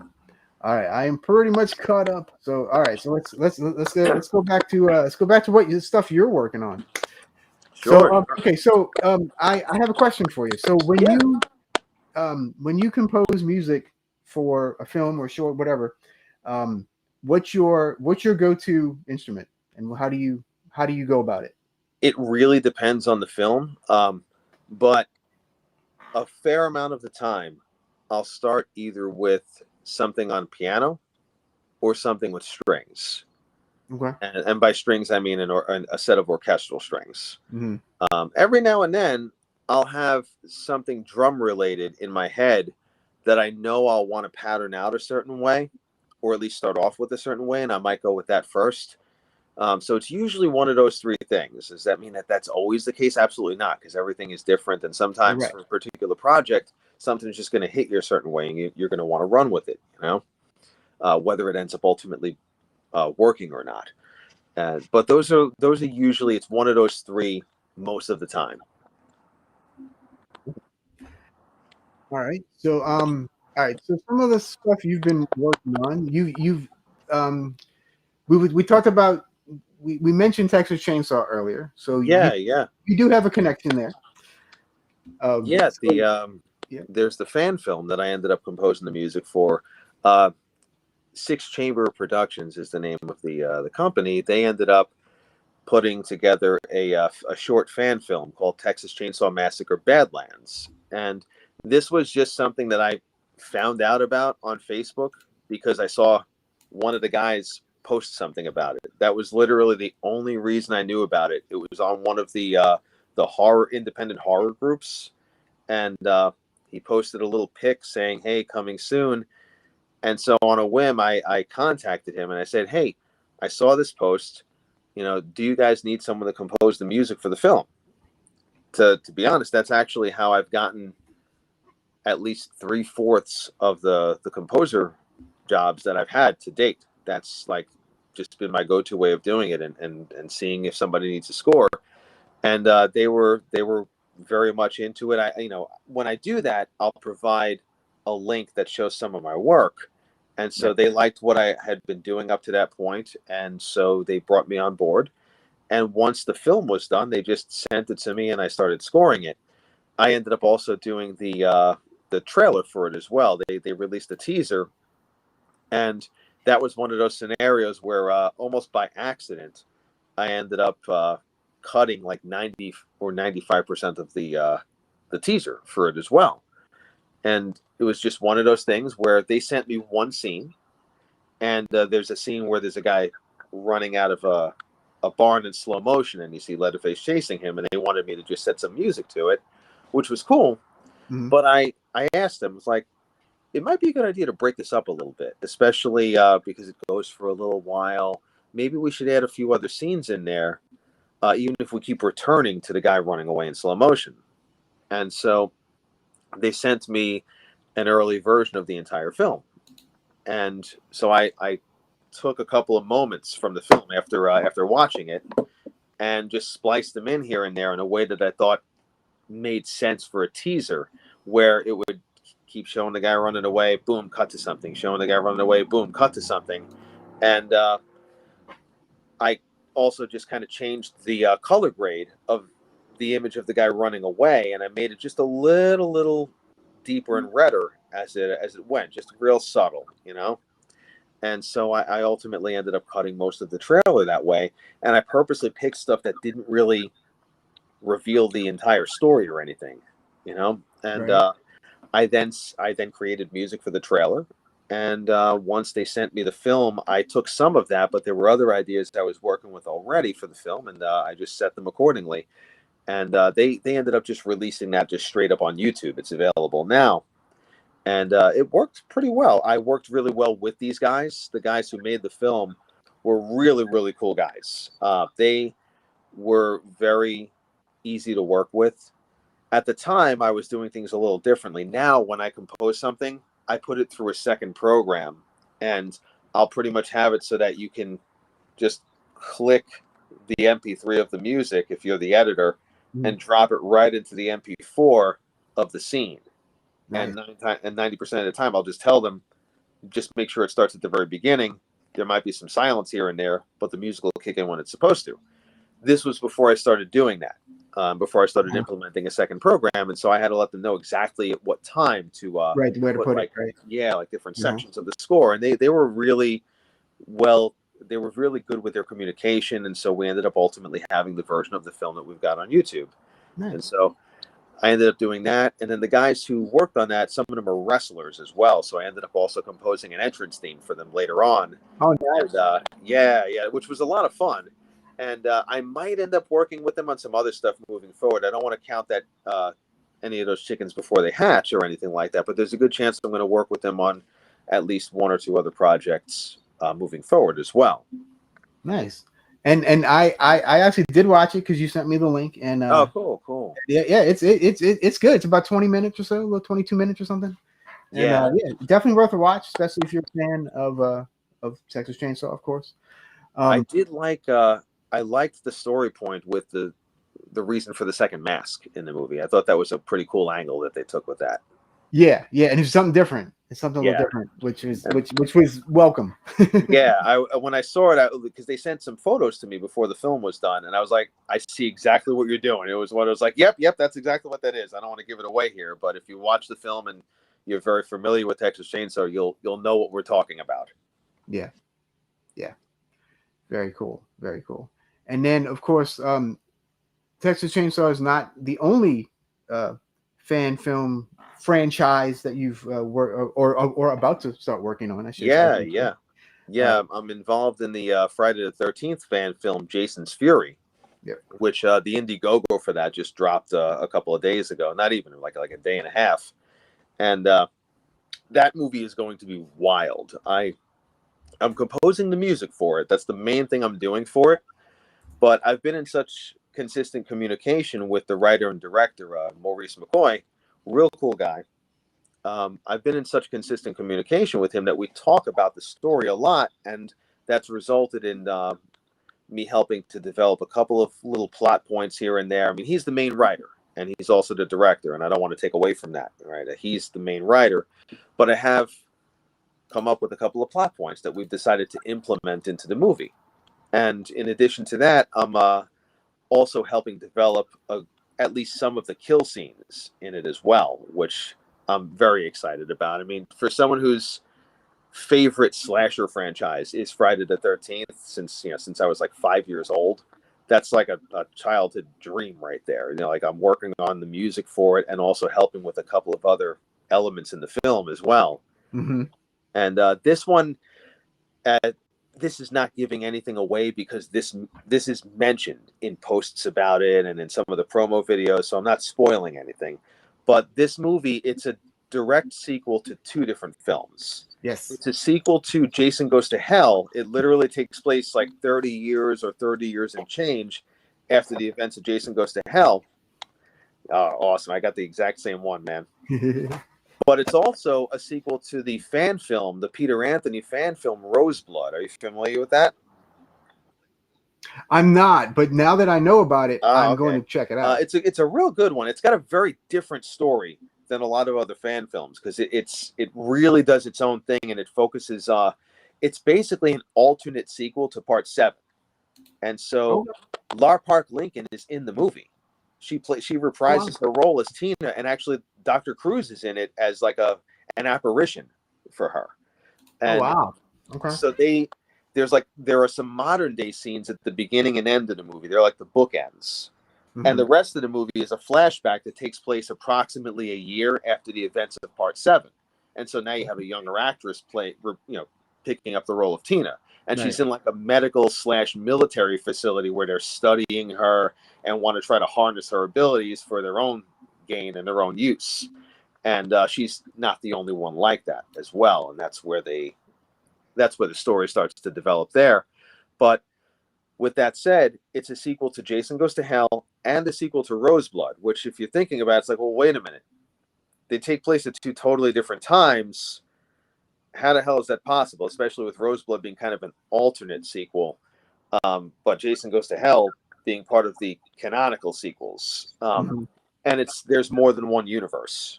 And so we kind of get into a horror version of the multiverse without it being like bogged down by a lot of the shit that you see Marvel doing. Right.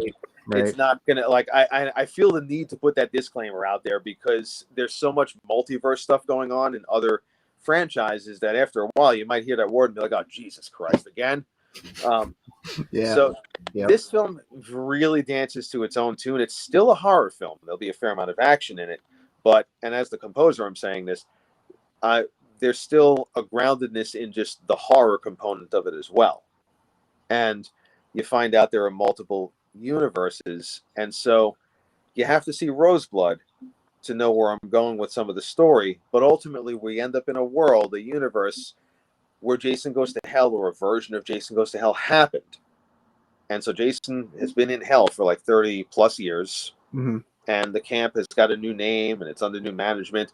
And, you know, Jason's just like a legend now. People make documentary videos on him now in college and stuff like that, you know? Right.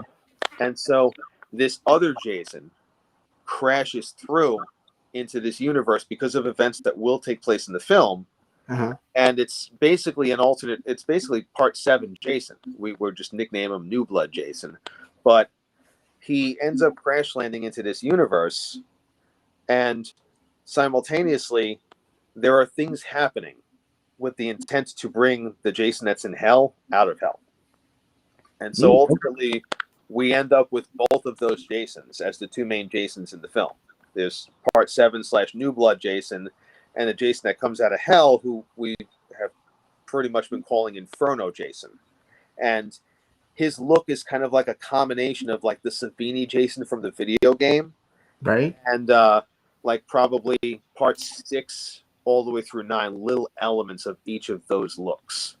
Nice. It's not it's the, I will say, like, if you see the pictures, the craftsmanship on the hockey mask and the headpiece for that version of Jason that Brandon, the person who's designing it, has been doing so far, he's not even done with it yet. It's only partially done, and it looks absolutely amazing. The level of detail is insane.